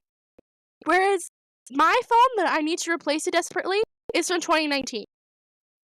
Oh god. It's only 6 years old. Doesn't recommend me for anything that we've really regressed that far. No, that's a 100% intentional. Oh, absolutely, absolutely. And, like, Oh my my it's a Note 9, a Samsung Note 9. It was, like, a pretty much not a flagship quite, but it was a really nice phone when it came out. It has an OLED screen, has a little pen that pops out of the bottom. It was a really nice phone in 2019. nice. And now it's, like, complete trash. No, they don't I last, and couldn't it give makes it me away. so mad. I couldn't give it away. Like, No.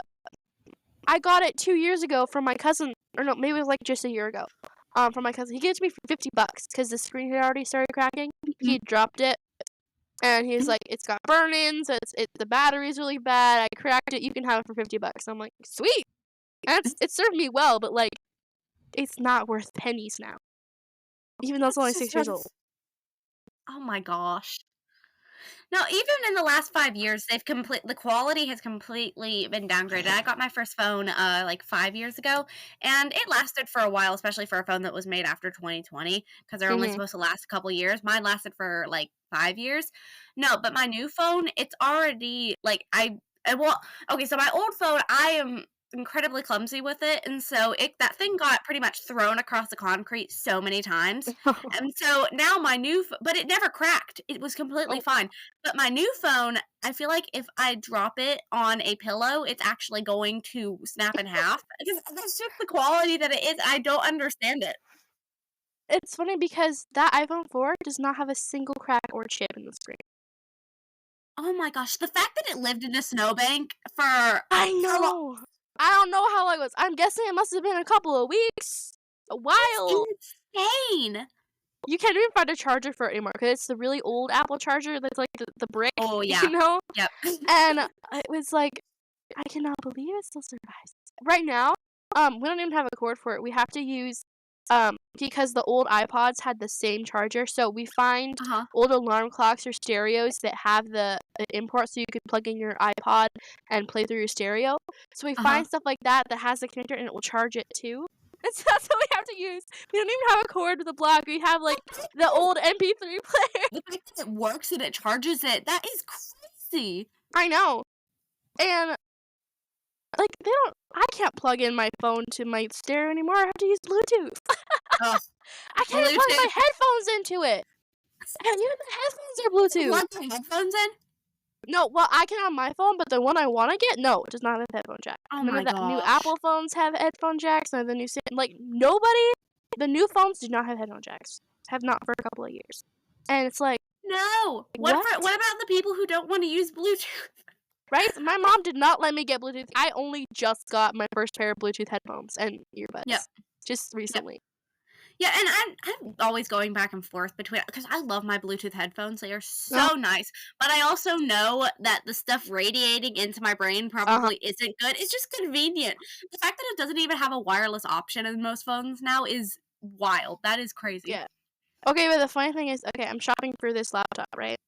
Mm-hmm. And I'm looking for a DVD drive because they have a huge DVD collection. Nothing has a DVD drive. Like I wanted a notebook laptop, so I was kind of like, there's no way I'm gonna get a disk drive. But like, even the one I bought that isn't a notebook, it's a actual laptop, does not have a disk drive.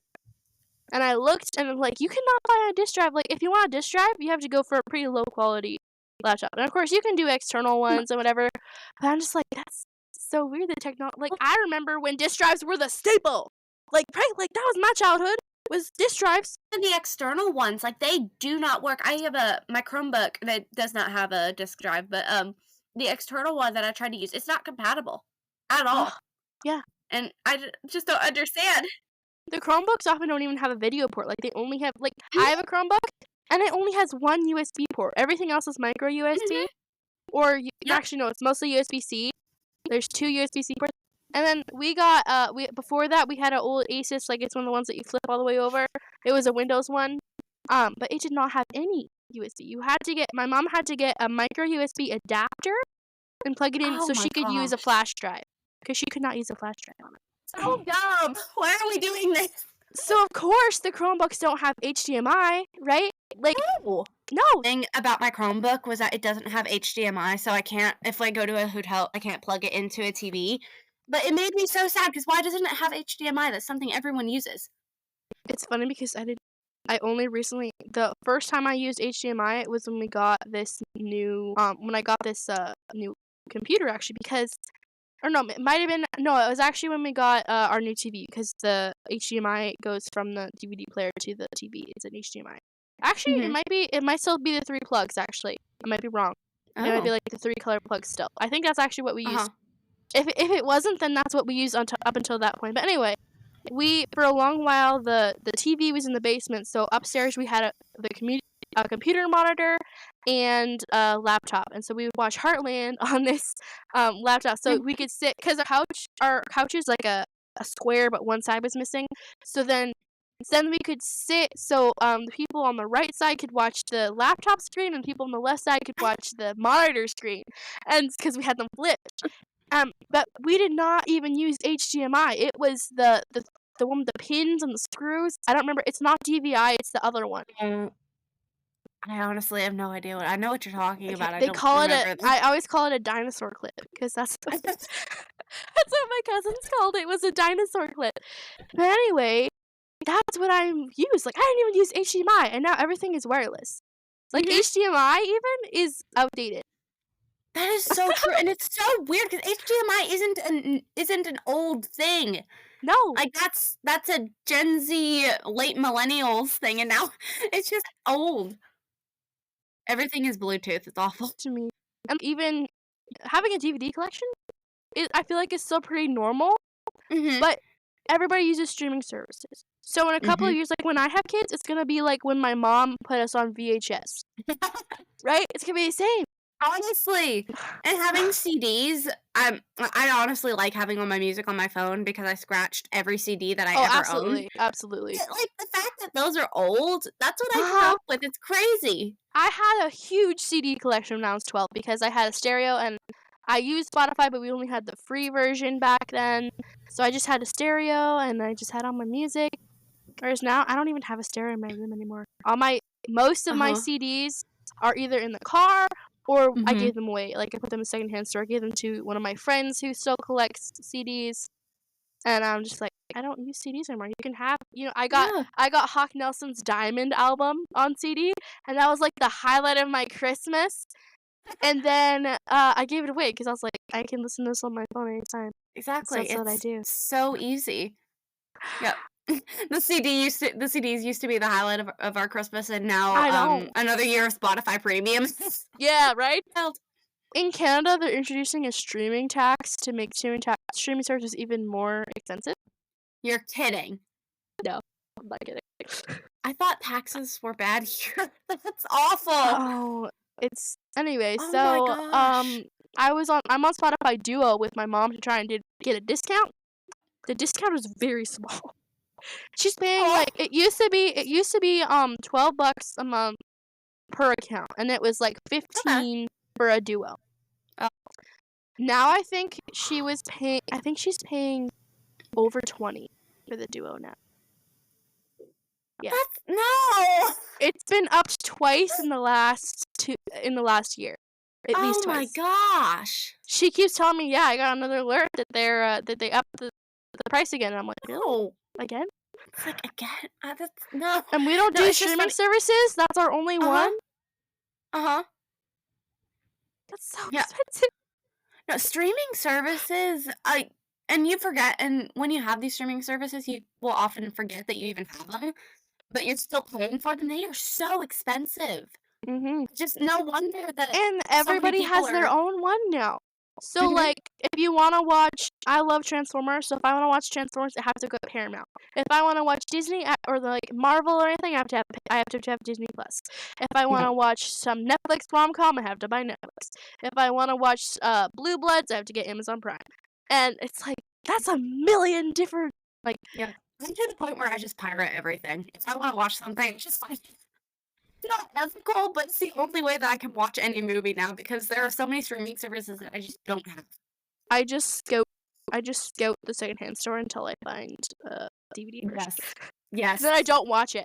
I have a bunch of Marvel movies that I've bought and I've never watched because my parents Oh, are still kind of resident about I just convinced them to let us watch Star Wars, and we haven't even finished that ooh. yet because I've been busy. Um, Yeah. but they're still resident to let us watch Marvel, and I'm like, come on, mom, I Yeah. have them on Yeah, DVD. the older stuff is really, really good. I would Yeah, not recommend the newer stuff. I got the first Black Panther, which I know is a really good movie, and I've been waiting to Ooh. watch it, but I Oh, haven't got a Black chance yet. Panther. Black Panther's really good. The second one I think was better than the first one. Yep, it was very interesting. I like Since we don't have streaming services, I just stock stuff on YouTube. You know those YouTube recaps where they're just telling you Yes. all about the movie? Or like how it should have ended, or like the plot meeting ones. Yes. Oh, so fun. I love those. But anyway, I watch all those and then I'm like, okay, I know that just this movie, and then I watch Critical Drinkers review, or I watch Brett Cooper talk about it, and then I'm like, okay, I know this movie now, I can talk about it. So I just like any movie basically that you hear me talk about as if I've seen it, I have not seen it. No, I just realized now that you and I have had so many conversations about the Falcon and the Winter Soldier. Have Yes. you seen it? No.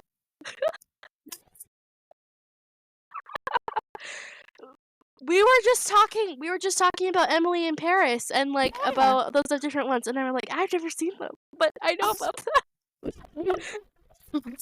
That's really good to Star Wars. I've done it with different video games. I stalked the Halo series for a good month because I still couldn't play them at the time, so I was just like watching all the lore recaps. It's pretty funny.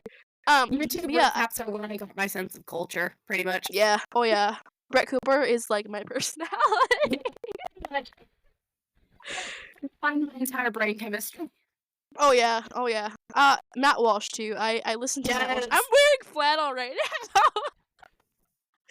In 2022, I listened to Matt Walsh absolutely nonstop. I listened to about probably over 100 episodes. More than that, probably. More like 200 in a summer. Yep. 2021. That was the Out year I started watching. Yep. in the garden, picking beans, I was listening to Matt Walsh. Yes, and that is why we grew up so amazing. Yeah, and, like, I love Matt Walsh, I loved Candace Owens, I love Brett Cooper, and now all of them have left the Daily Wire except for Matt I Walsh, and I'm like, know. if Matt Walsh leaves the Daily Wire, then I won't have to ever worry about them again. I'm like, I'm perfectly fine with that, honestly, because I'm just like, with this whole thing with Brett, I'm just like, I'm watching the drama go down, and I'm just like, Yes. I feel like there's a lot more going on at the Daily Wire than what we've been told, which makes me really sad because that's supposed to yeah, be my trustworthy news source, but right? it's ugh. Last couple years have been a little bit sketchy. So I just wait for Brett Cooper, and then, like, I'll watch the Yep. Pendragon, and then I'm done. Yes, Pendragon and Snow White. I need to see Snow White. Yes, hopefully that actually went in I production hope before it. that I think they were still in pre-production when she Yeah, left, the last I checked. I'm hoping she's still working with Benke though, just because it was maybe, I'm hoping, already yeah. As long as there wasn't a ton of bad blood. I have no idea. Yep. Yeah. We shall see. Yep, Candace did a whole episode I haven't listened to it yet about, Brett leaving. I honestly have no idea what if there was any Yeah, I drama listened to that. or if It it really was just was. like I've actually been listening to I think his name is Zook Davis. Might have got that wrong. Yes, But yes, I've seen on him. I've just been watching his coverage of the Brett v Reagan situation. And like I feel honestly, my perspective is you should have given Reagan her own show because she has a Mhm. personality. You shouldn't have just Yep, shoved her into Brett's. yep. And then we could have had a Yep, great show. Like I like Reagan, but I don't like her just being a I clone. know. Yeah, pretty much. That's pretty much what she is, and I do think that she gets a lot of hate for being a clone of Brett when, like, in real life, they at least I have no idea what the situation is now, but they were best friends for a really long Yeah. time, And then she and so I'm unfollowed her on sure Instagram.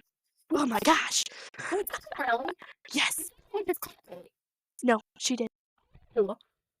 I know. It is. This is the Gen Z tea right now. It's like she unfollowed her on Instagram.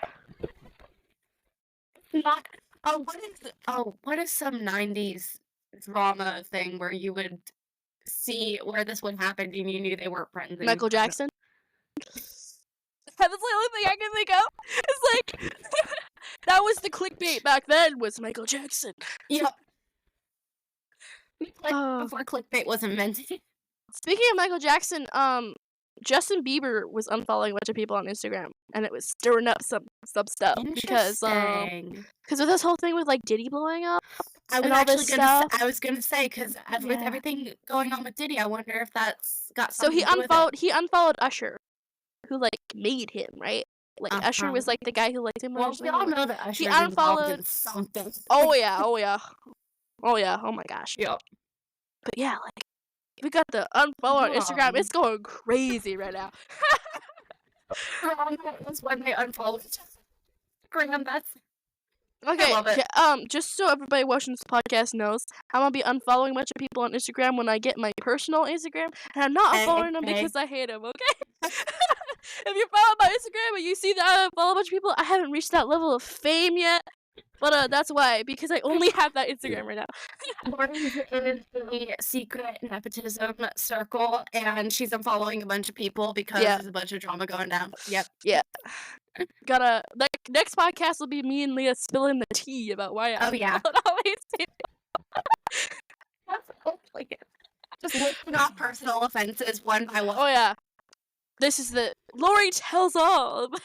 Yeah. Yeah. You know, hey, Oh yeah. Oh, let's be I love honest. these And videos. NDAs ain't got nothing on me, bro.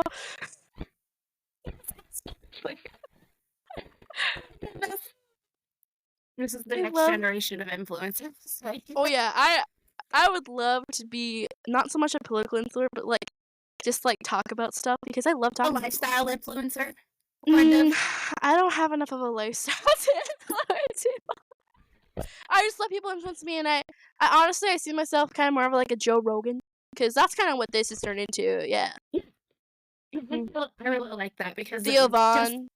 yes, yes, and I really like that because I think that matches your personal style and like the stuff that you've already done with your blog and your store. I think that really matches. Yeah, I wanna go for like a more like chill, just like I said, like I just want to platform young people because I feel like Yep.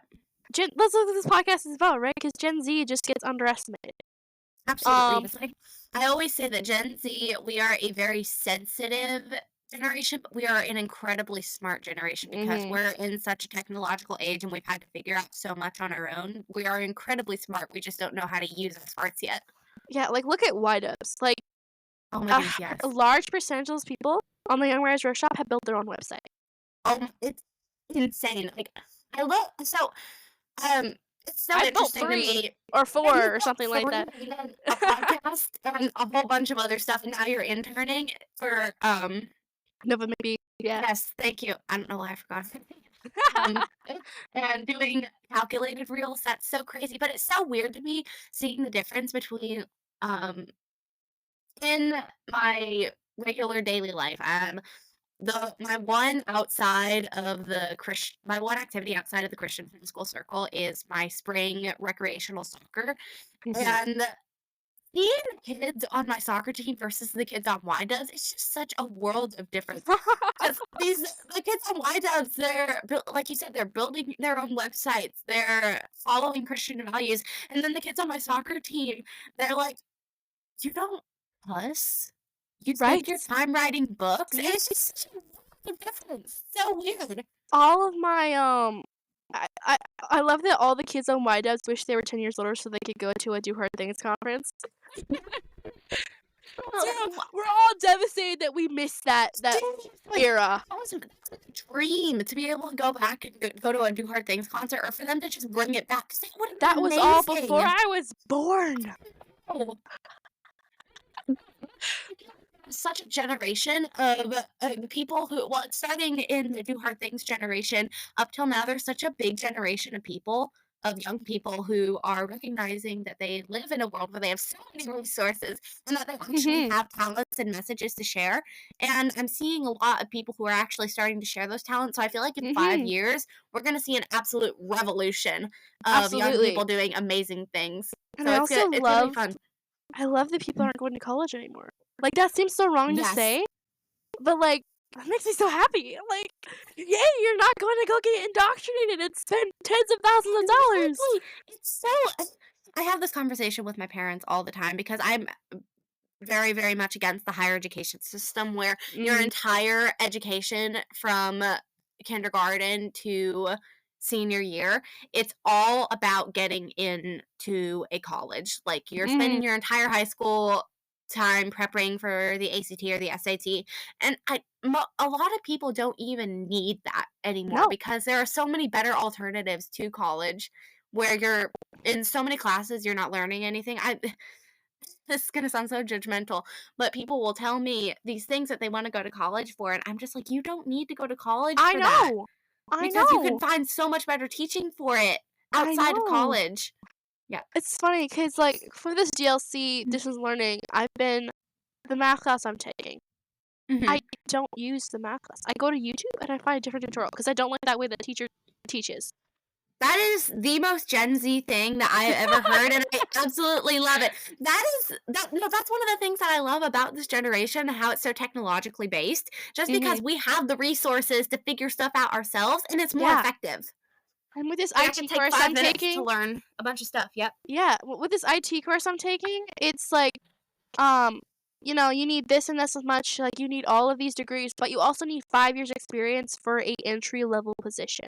Oh my Where gosh. the heck am I gonna get 5 years experience for an entry level position? No, and that's the thing. That's one of the things that I don't like about the higher education system, just because you go to school to learn what you're going to do You can't get an entry level position. when you actually need to do something. Like you turn 18, okay, you're going to college. You need to pay for your life though. So you're not going to spend Yeah, 4 to 8 years in college to find a career when you need a career right now to pay for yourself. absolutely. And the same thing is like, okay, I'm just gonna do the 5 years experience, learn while doing experience, and forego the degree Uh-huh. because everybody has the degree, and I'm pretty sure I'm gonna learn everything I need to know for this position Exactly. by doing it for 5 years.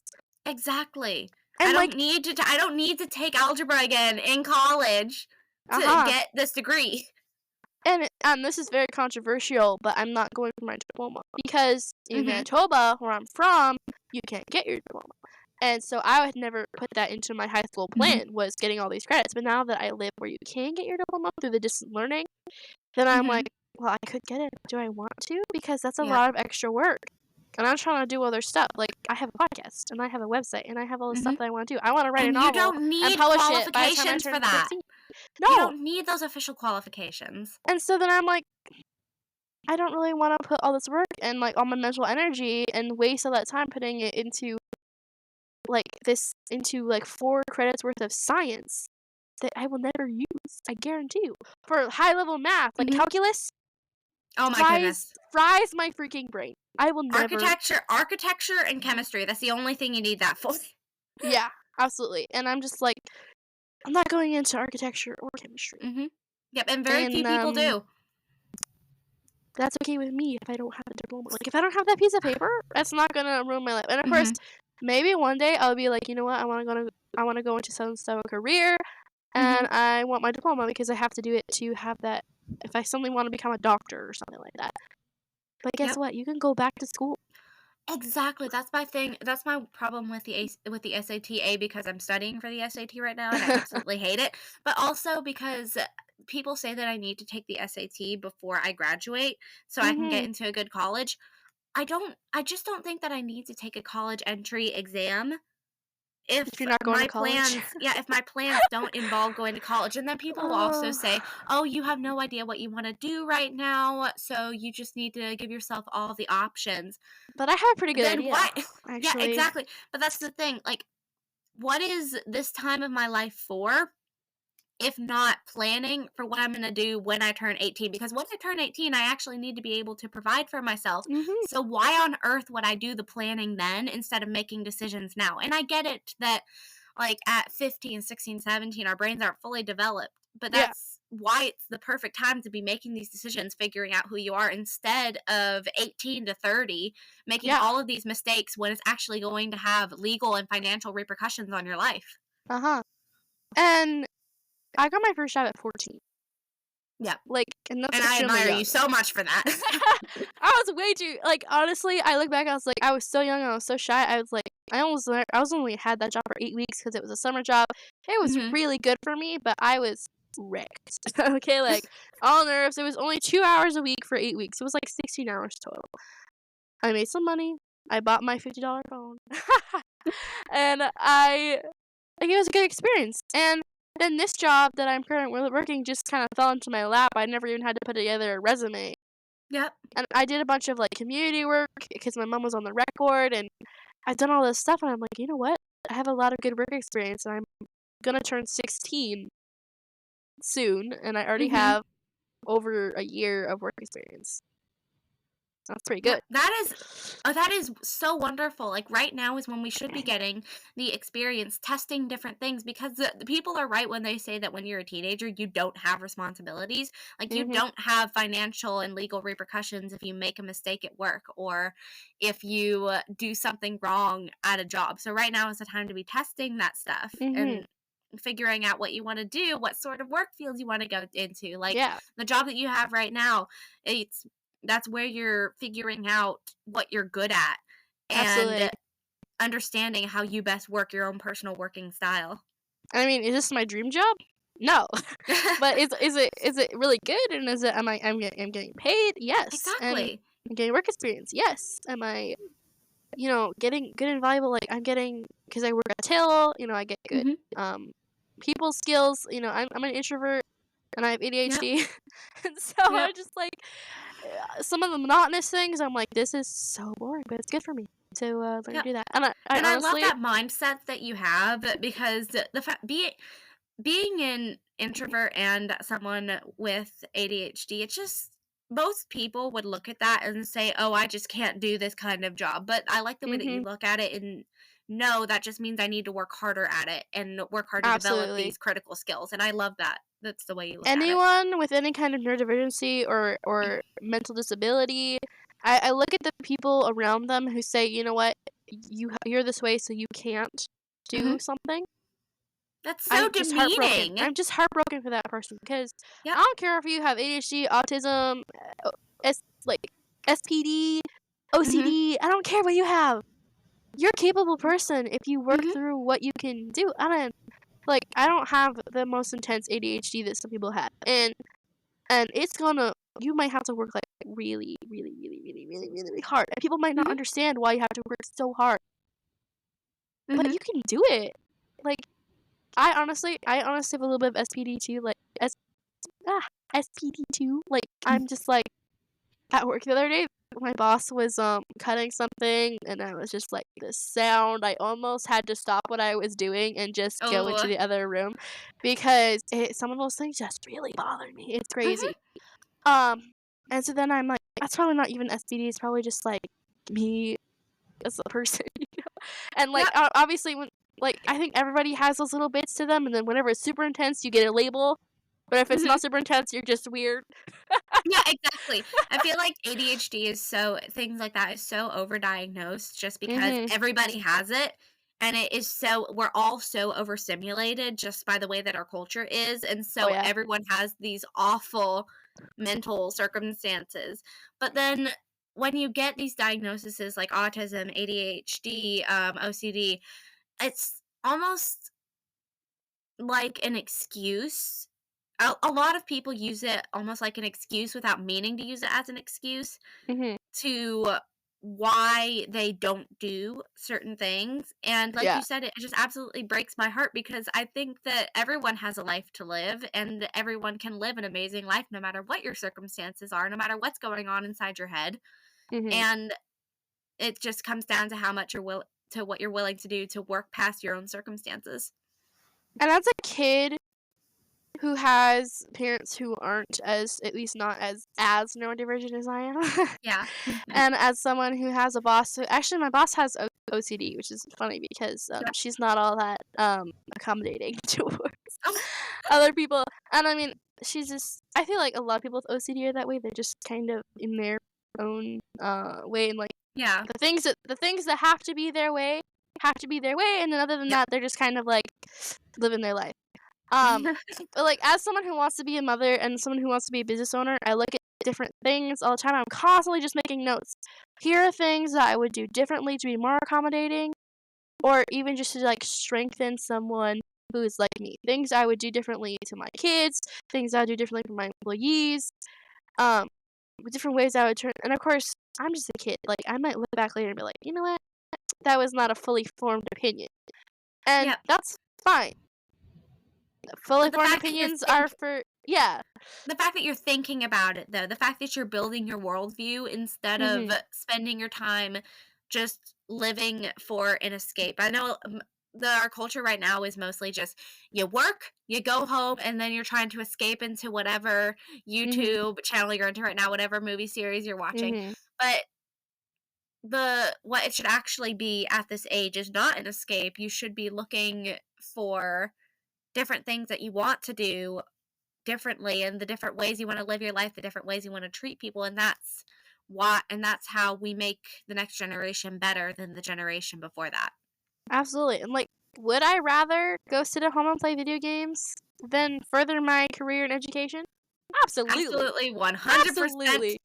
Would I much rather sit and play games, or, like, talk to my friends, scroll YouTube, than go write my novel? Absolutely.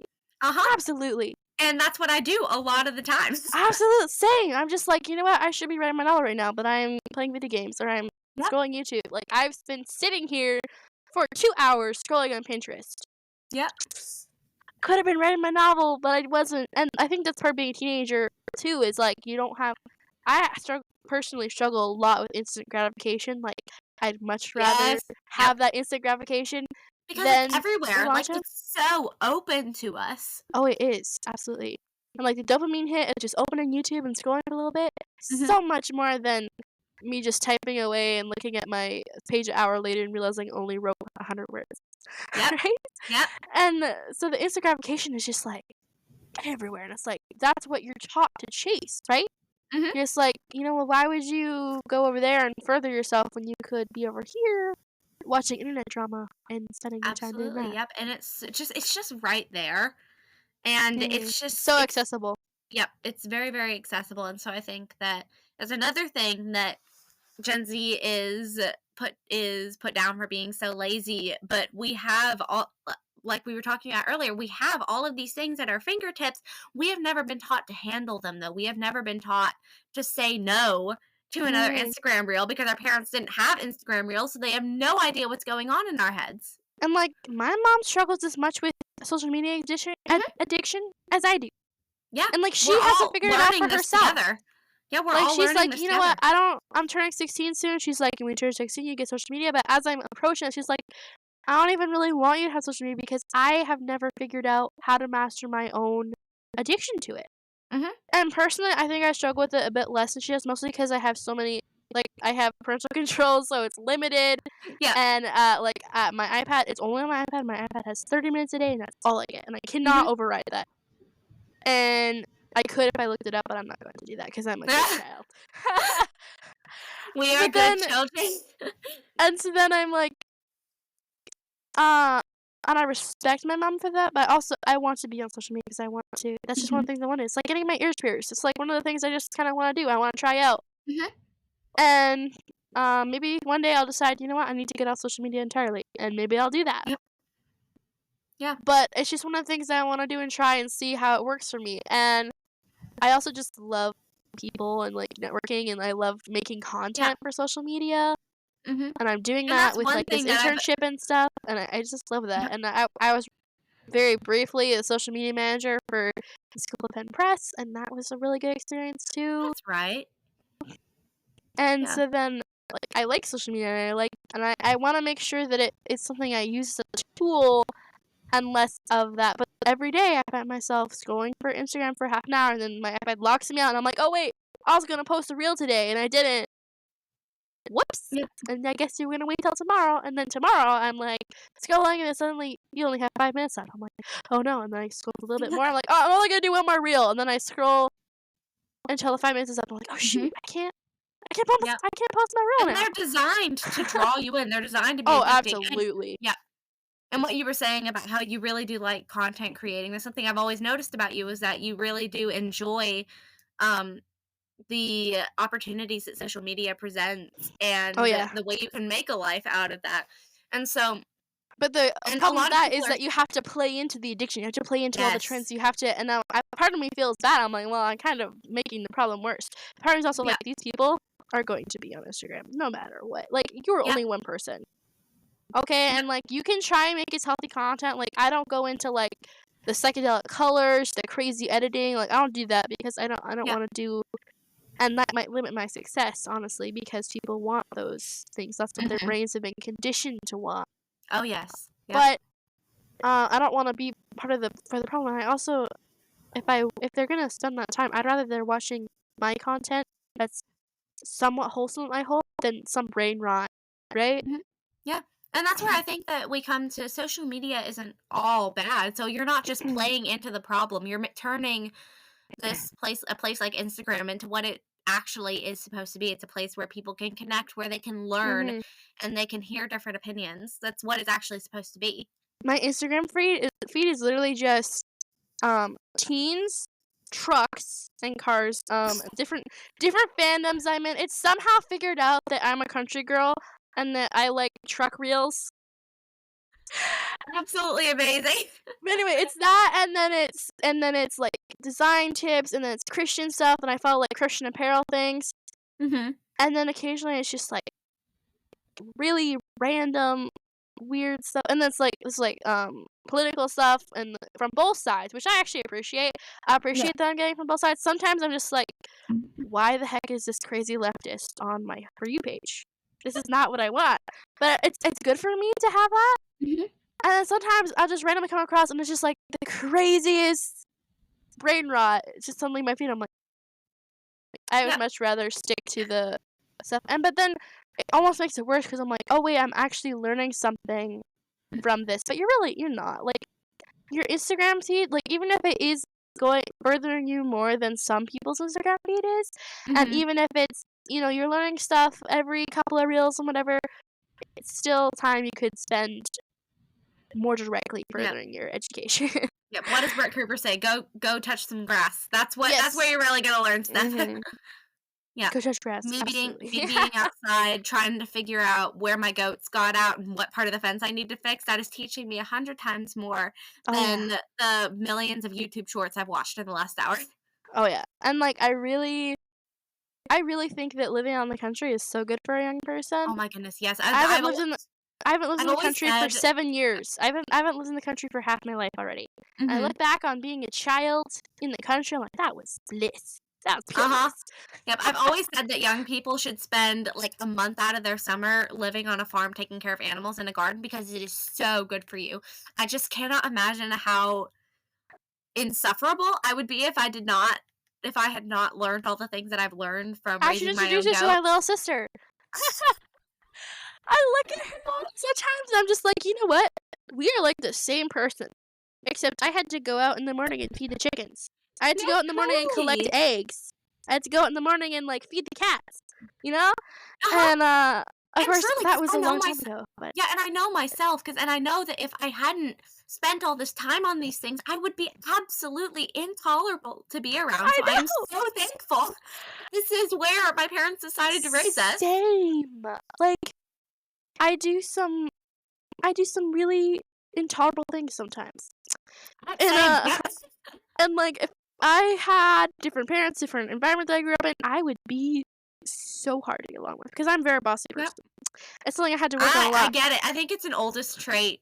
Oh, Just yeah, control absolutely, and, freaks. like but I'm also, like, kind of disorganized and, like, I'm not a great like, and so, like, Mm, I have every day I'm like, "You know what? I wanna be a better person, I wanna be a better leader, I wanna be a better role mhm. model." Do I succeed every day? Heck no.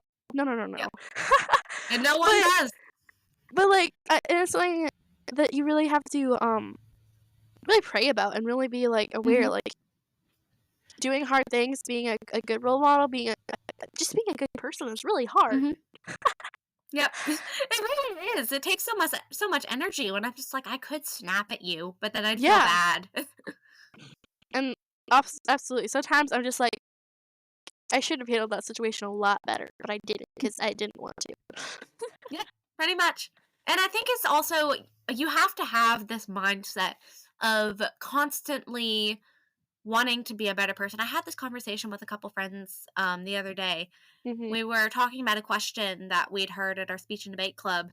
It was, "Do you ask enough questions, or are you content with what you know?" And I think that mhm, plays into the wanting to be a better person because you constantly have to have this mindset of I want to learn more, I want to be a better person, and that is one thing that's always been my standard for that's I think in the top 5 of my standards for someone that I would either date or marry, it has to be someone who is constantly looking to better themselves, who does not think that they know it all, that mhm. they have it all figured out. There has to be someone who has a mindset of I still have so much to learn. I will always have so much to learn, and that's okay because I am willing to learn it. Absolutely. And I think it's definitely part of being a Christian because God says in the Bible that we are constantly growing closer to Him, Yes. right? And Yep. that He talks about pride. He talks about, um, the verse about seeing the speck in your brother's eye when there's a log in your own eye. Like Mhm. so easy to do. Um, and as a Christian teen, like I know that if I get up and the first thing I do is open my Bible and pray, I will have a great day. But do I do that? No.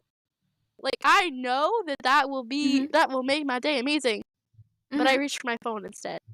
That's Yep. what I do, because even though Yeah. I know the answers, and I know but just because you know it doesn't mean it's easy, Mhm. and, I have friends I have a friend, especially one that I'm thinking of right now, and she like, I look at her, I'm like, she reads the Bible, and I know that she has struggles because she's a person, but, like, she's also a lot older than me too, Yeah. so that does but, like, still, sometimes I'm just like, sometimes I wish I had your faith. Mhm. But sometimes that is also a trap you can fall into because you're like, well, you know what? We have really different lives. We have different parents. We have different Yeah. backstories. We have just different circumstances. And like, maybe that friend that seems to have so much better relationship with God, maybe she doesn't have the same mental health struggles that you do. Mhm. Maybe that that guy that you see that seems to have such good insight all the time, or is like, Mhm.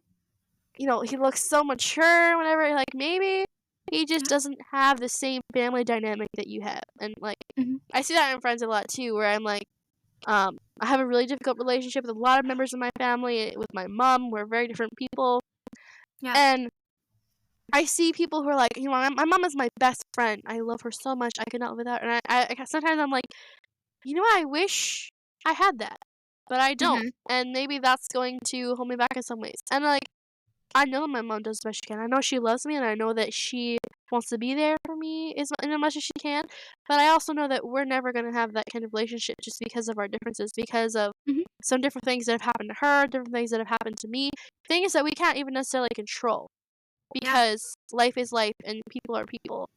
Um, but I think that's something that you really have to as a young person, I feel like Gen Z is a lot more aware of things like family trauma, and, like, Yes, we're very always much so. psychoanalyzing, ourselves and each other, Mhm. and on one hand, I think that's good because I personally have gone through things and I've realized, "You know what? That person acted that way because this happened to them as a kid, Mhm. and that this person is acting this way because they secretly fear this."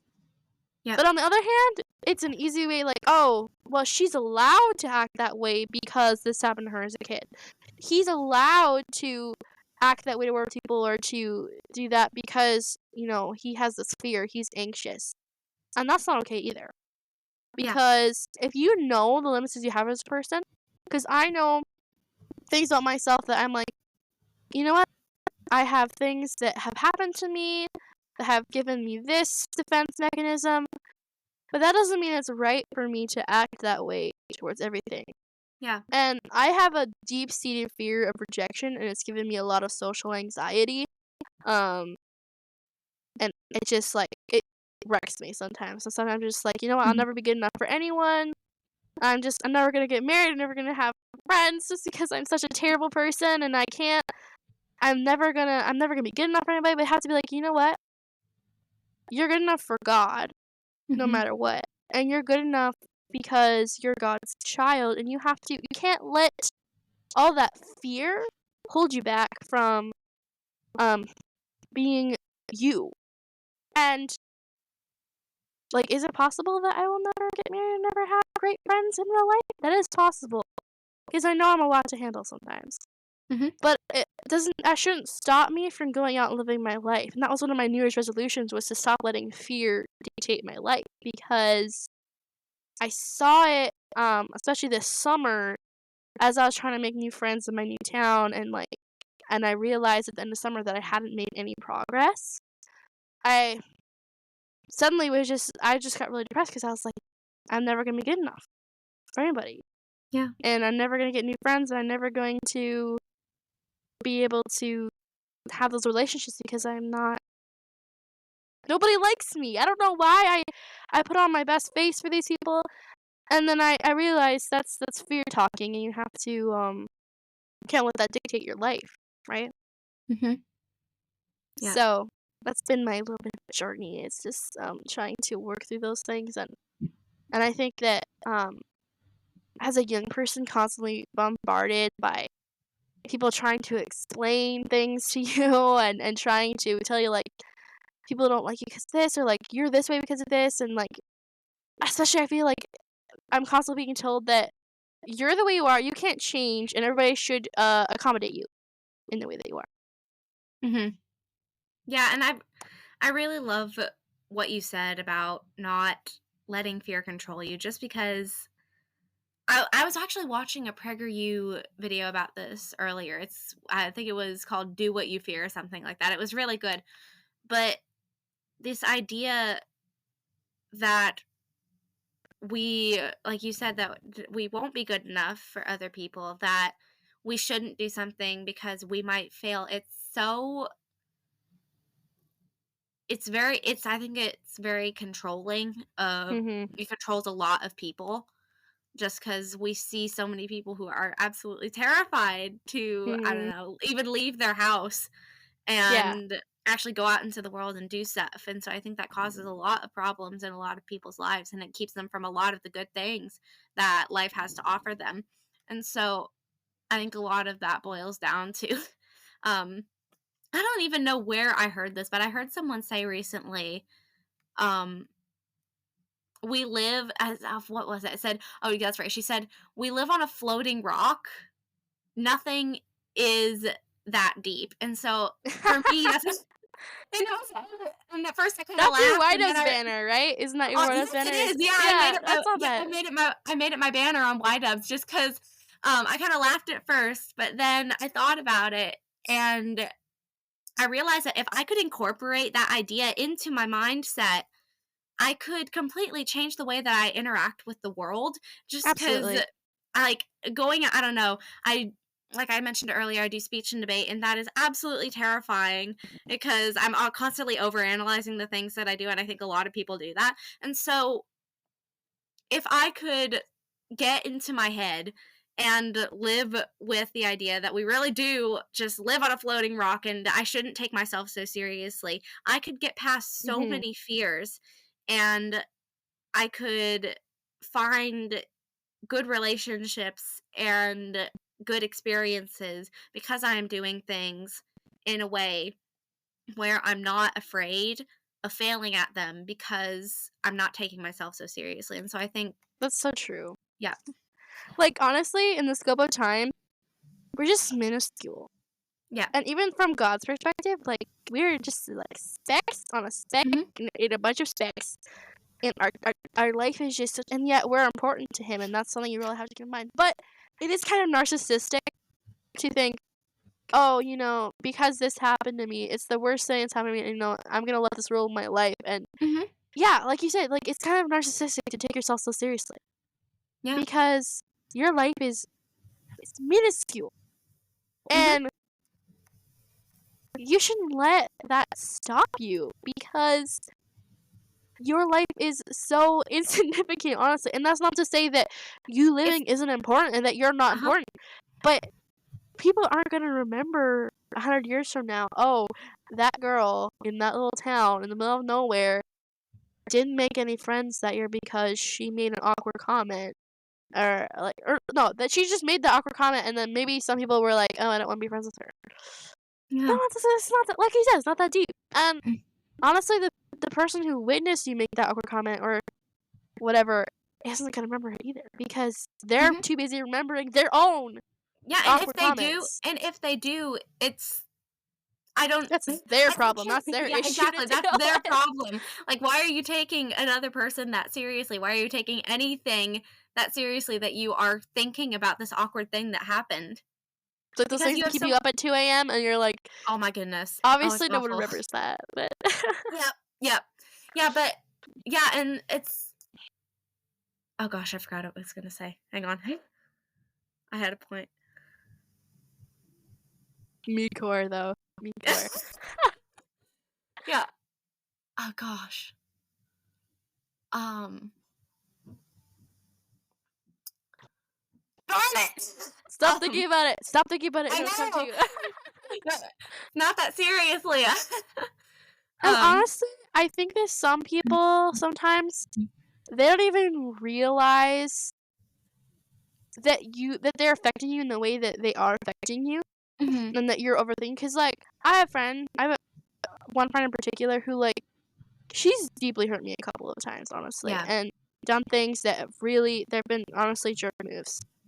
But she doesn't mhm, even realize it. Like she's kind of like in her own little world mhm, in a way, and yeah, she's genuinely a nice person, but she just doesn't think about other people, mhm, and it's sad because she does, but she doesn't. And yeah, she's very compassionate. Like when you're talking to her about something, she's like, "Oh, I'm feeling so sorry for them. I'm gonna pray for them. Everything." But she can just turn around on you, and like she doesn't even realize that she's doing it. And so for me, there were periods of time where I just get really mad at her for doing those things because it's yeah, really mean. And it really hurt me as someone who does have that deep fear of rejection and someone who's an introvert and kind of relies on having that person by your side. Um, mhm, but I have to like think, okay, so how am I gonna treat people better now that I've been treated this way. Yeah. And it's really easy for me to just kind of, if I'm with a friend, then I'm not gonna talk to anybody else because that's my comfort zone.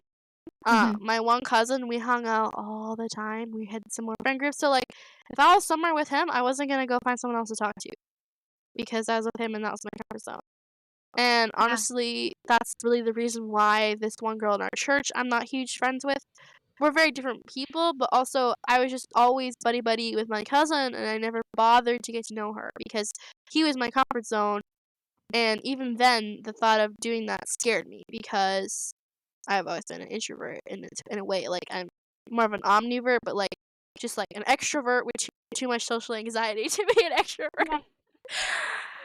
So, Yeah. um, for me now that I've gone through a lot of that, I can be like, you know what? I'm going to include someone else. And am I like the prime example of doing that? Probably not. Mhm. And I probably left out someone that feels like I should let them in? Yes. But Yeah.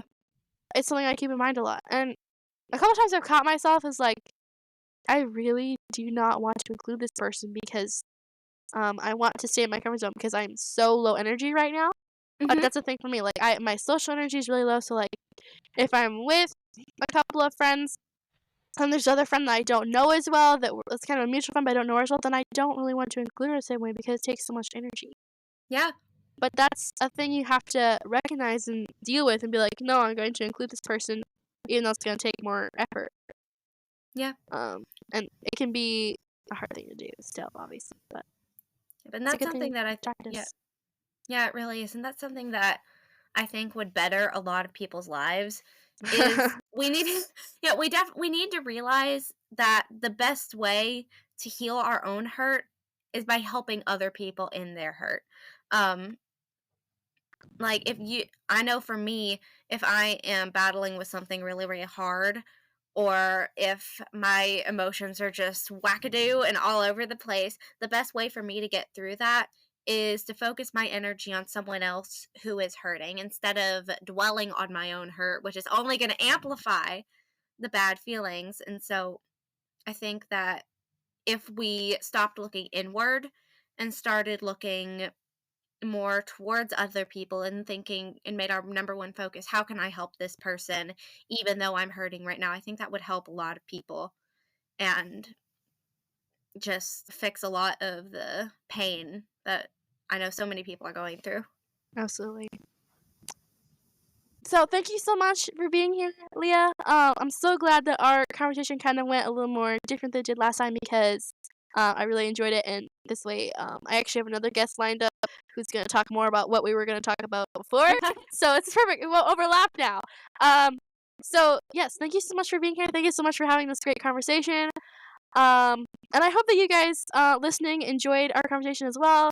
If you have any thoughts about anything that we talked about, no matter how disconnected from whatever the main topic was supposed to be, comment. Leave us a comment. And subscribe if you want to hear more conversations like this. Let me know if you like this style of conversation or if you prefer the more direct style that we tried last time. Um, and yeah, thank you so much for being here, Leah, and thank you so much for listening. Thanks so much for having me. This is a really good conversation. All right, see everyone next month. That's all for this episode. If you enjoyed our conversation, be sure to like, subscribe, follow, and or rate the show wherever you're listening from. You can follow us on social media at warriorcreator.co or by clicking the link in the description. Stay brave, be bold. We'll see you next month.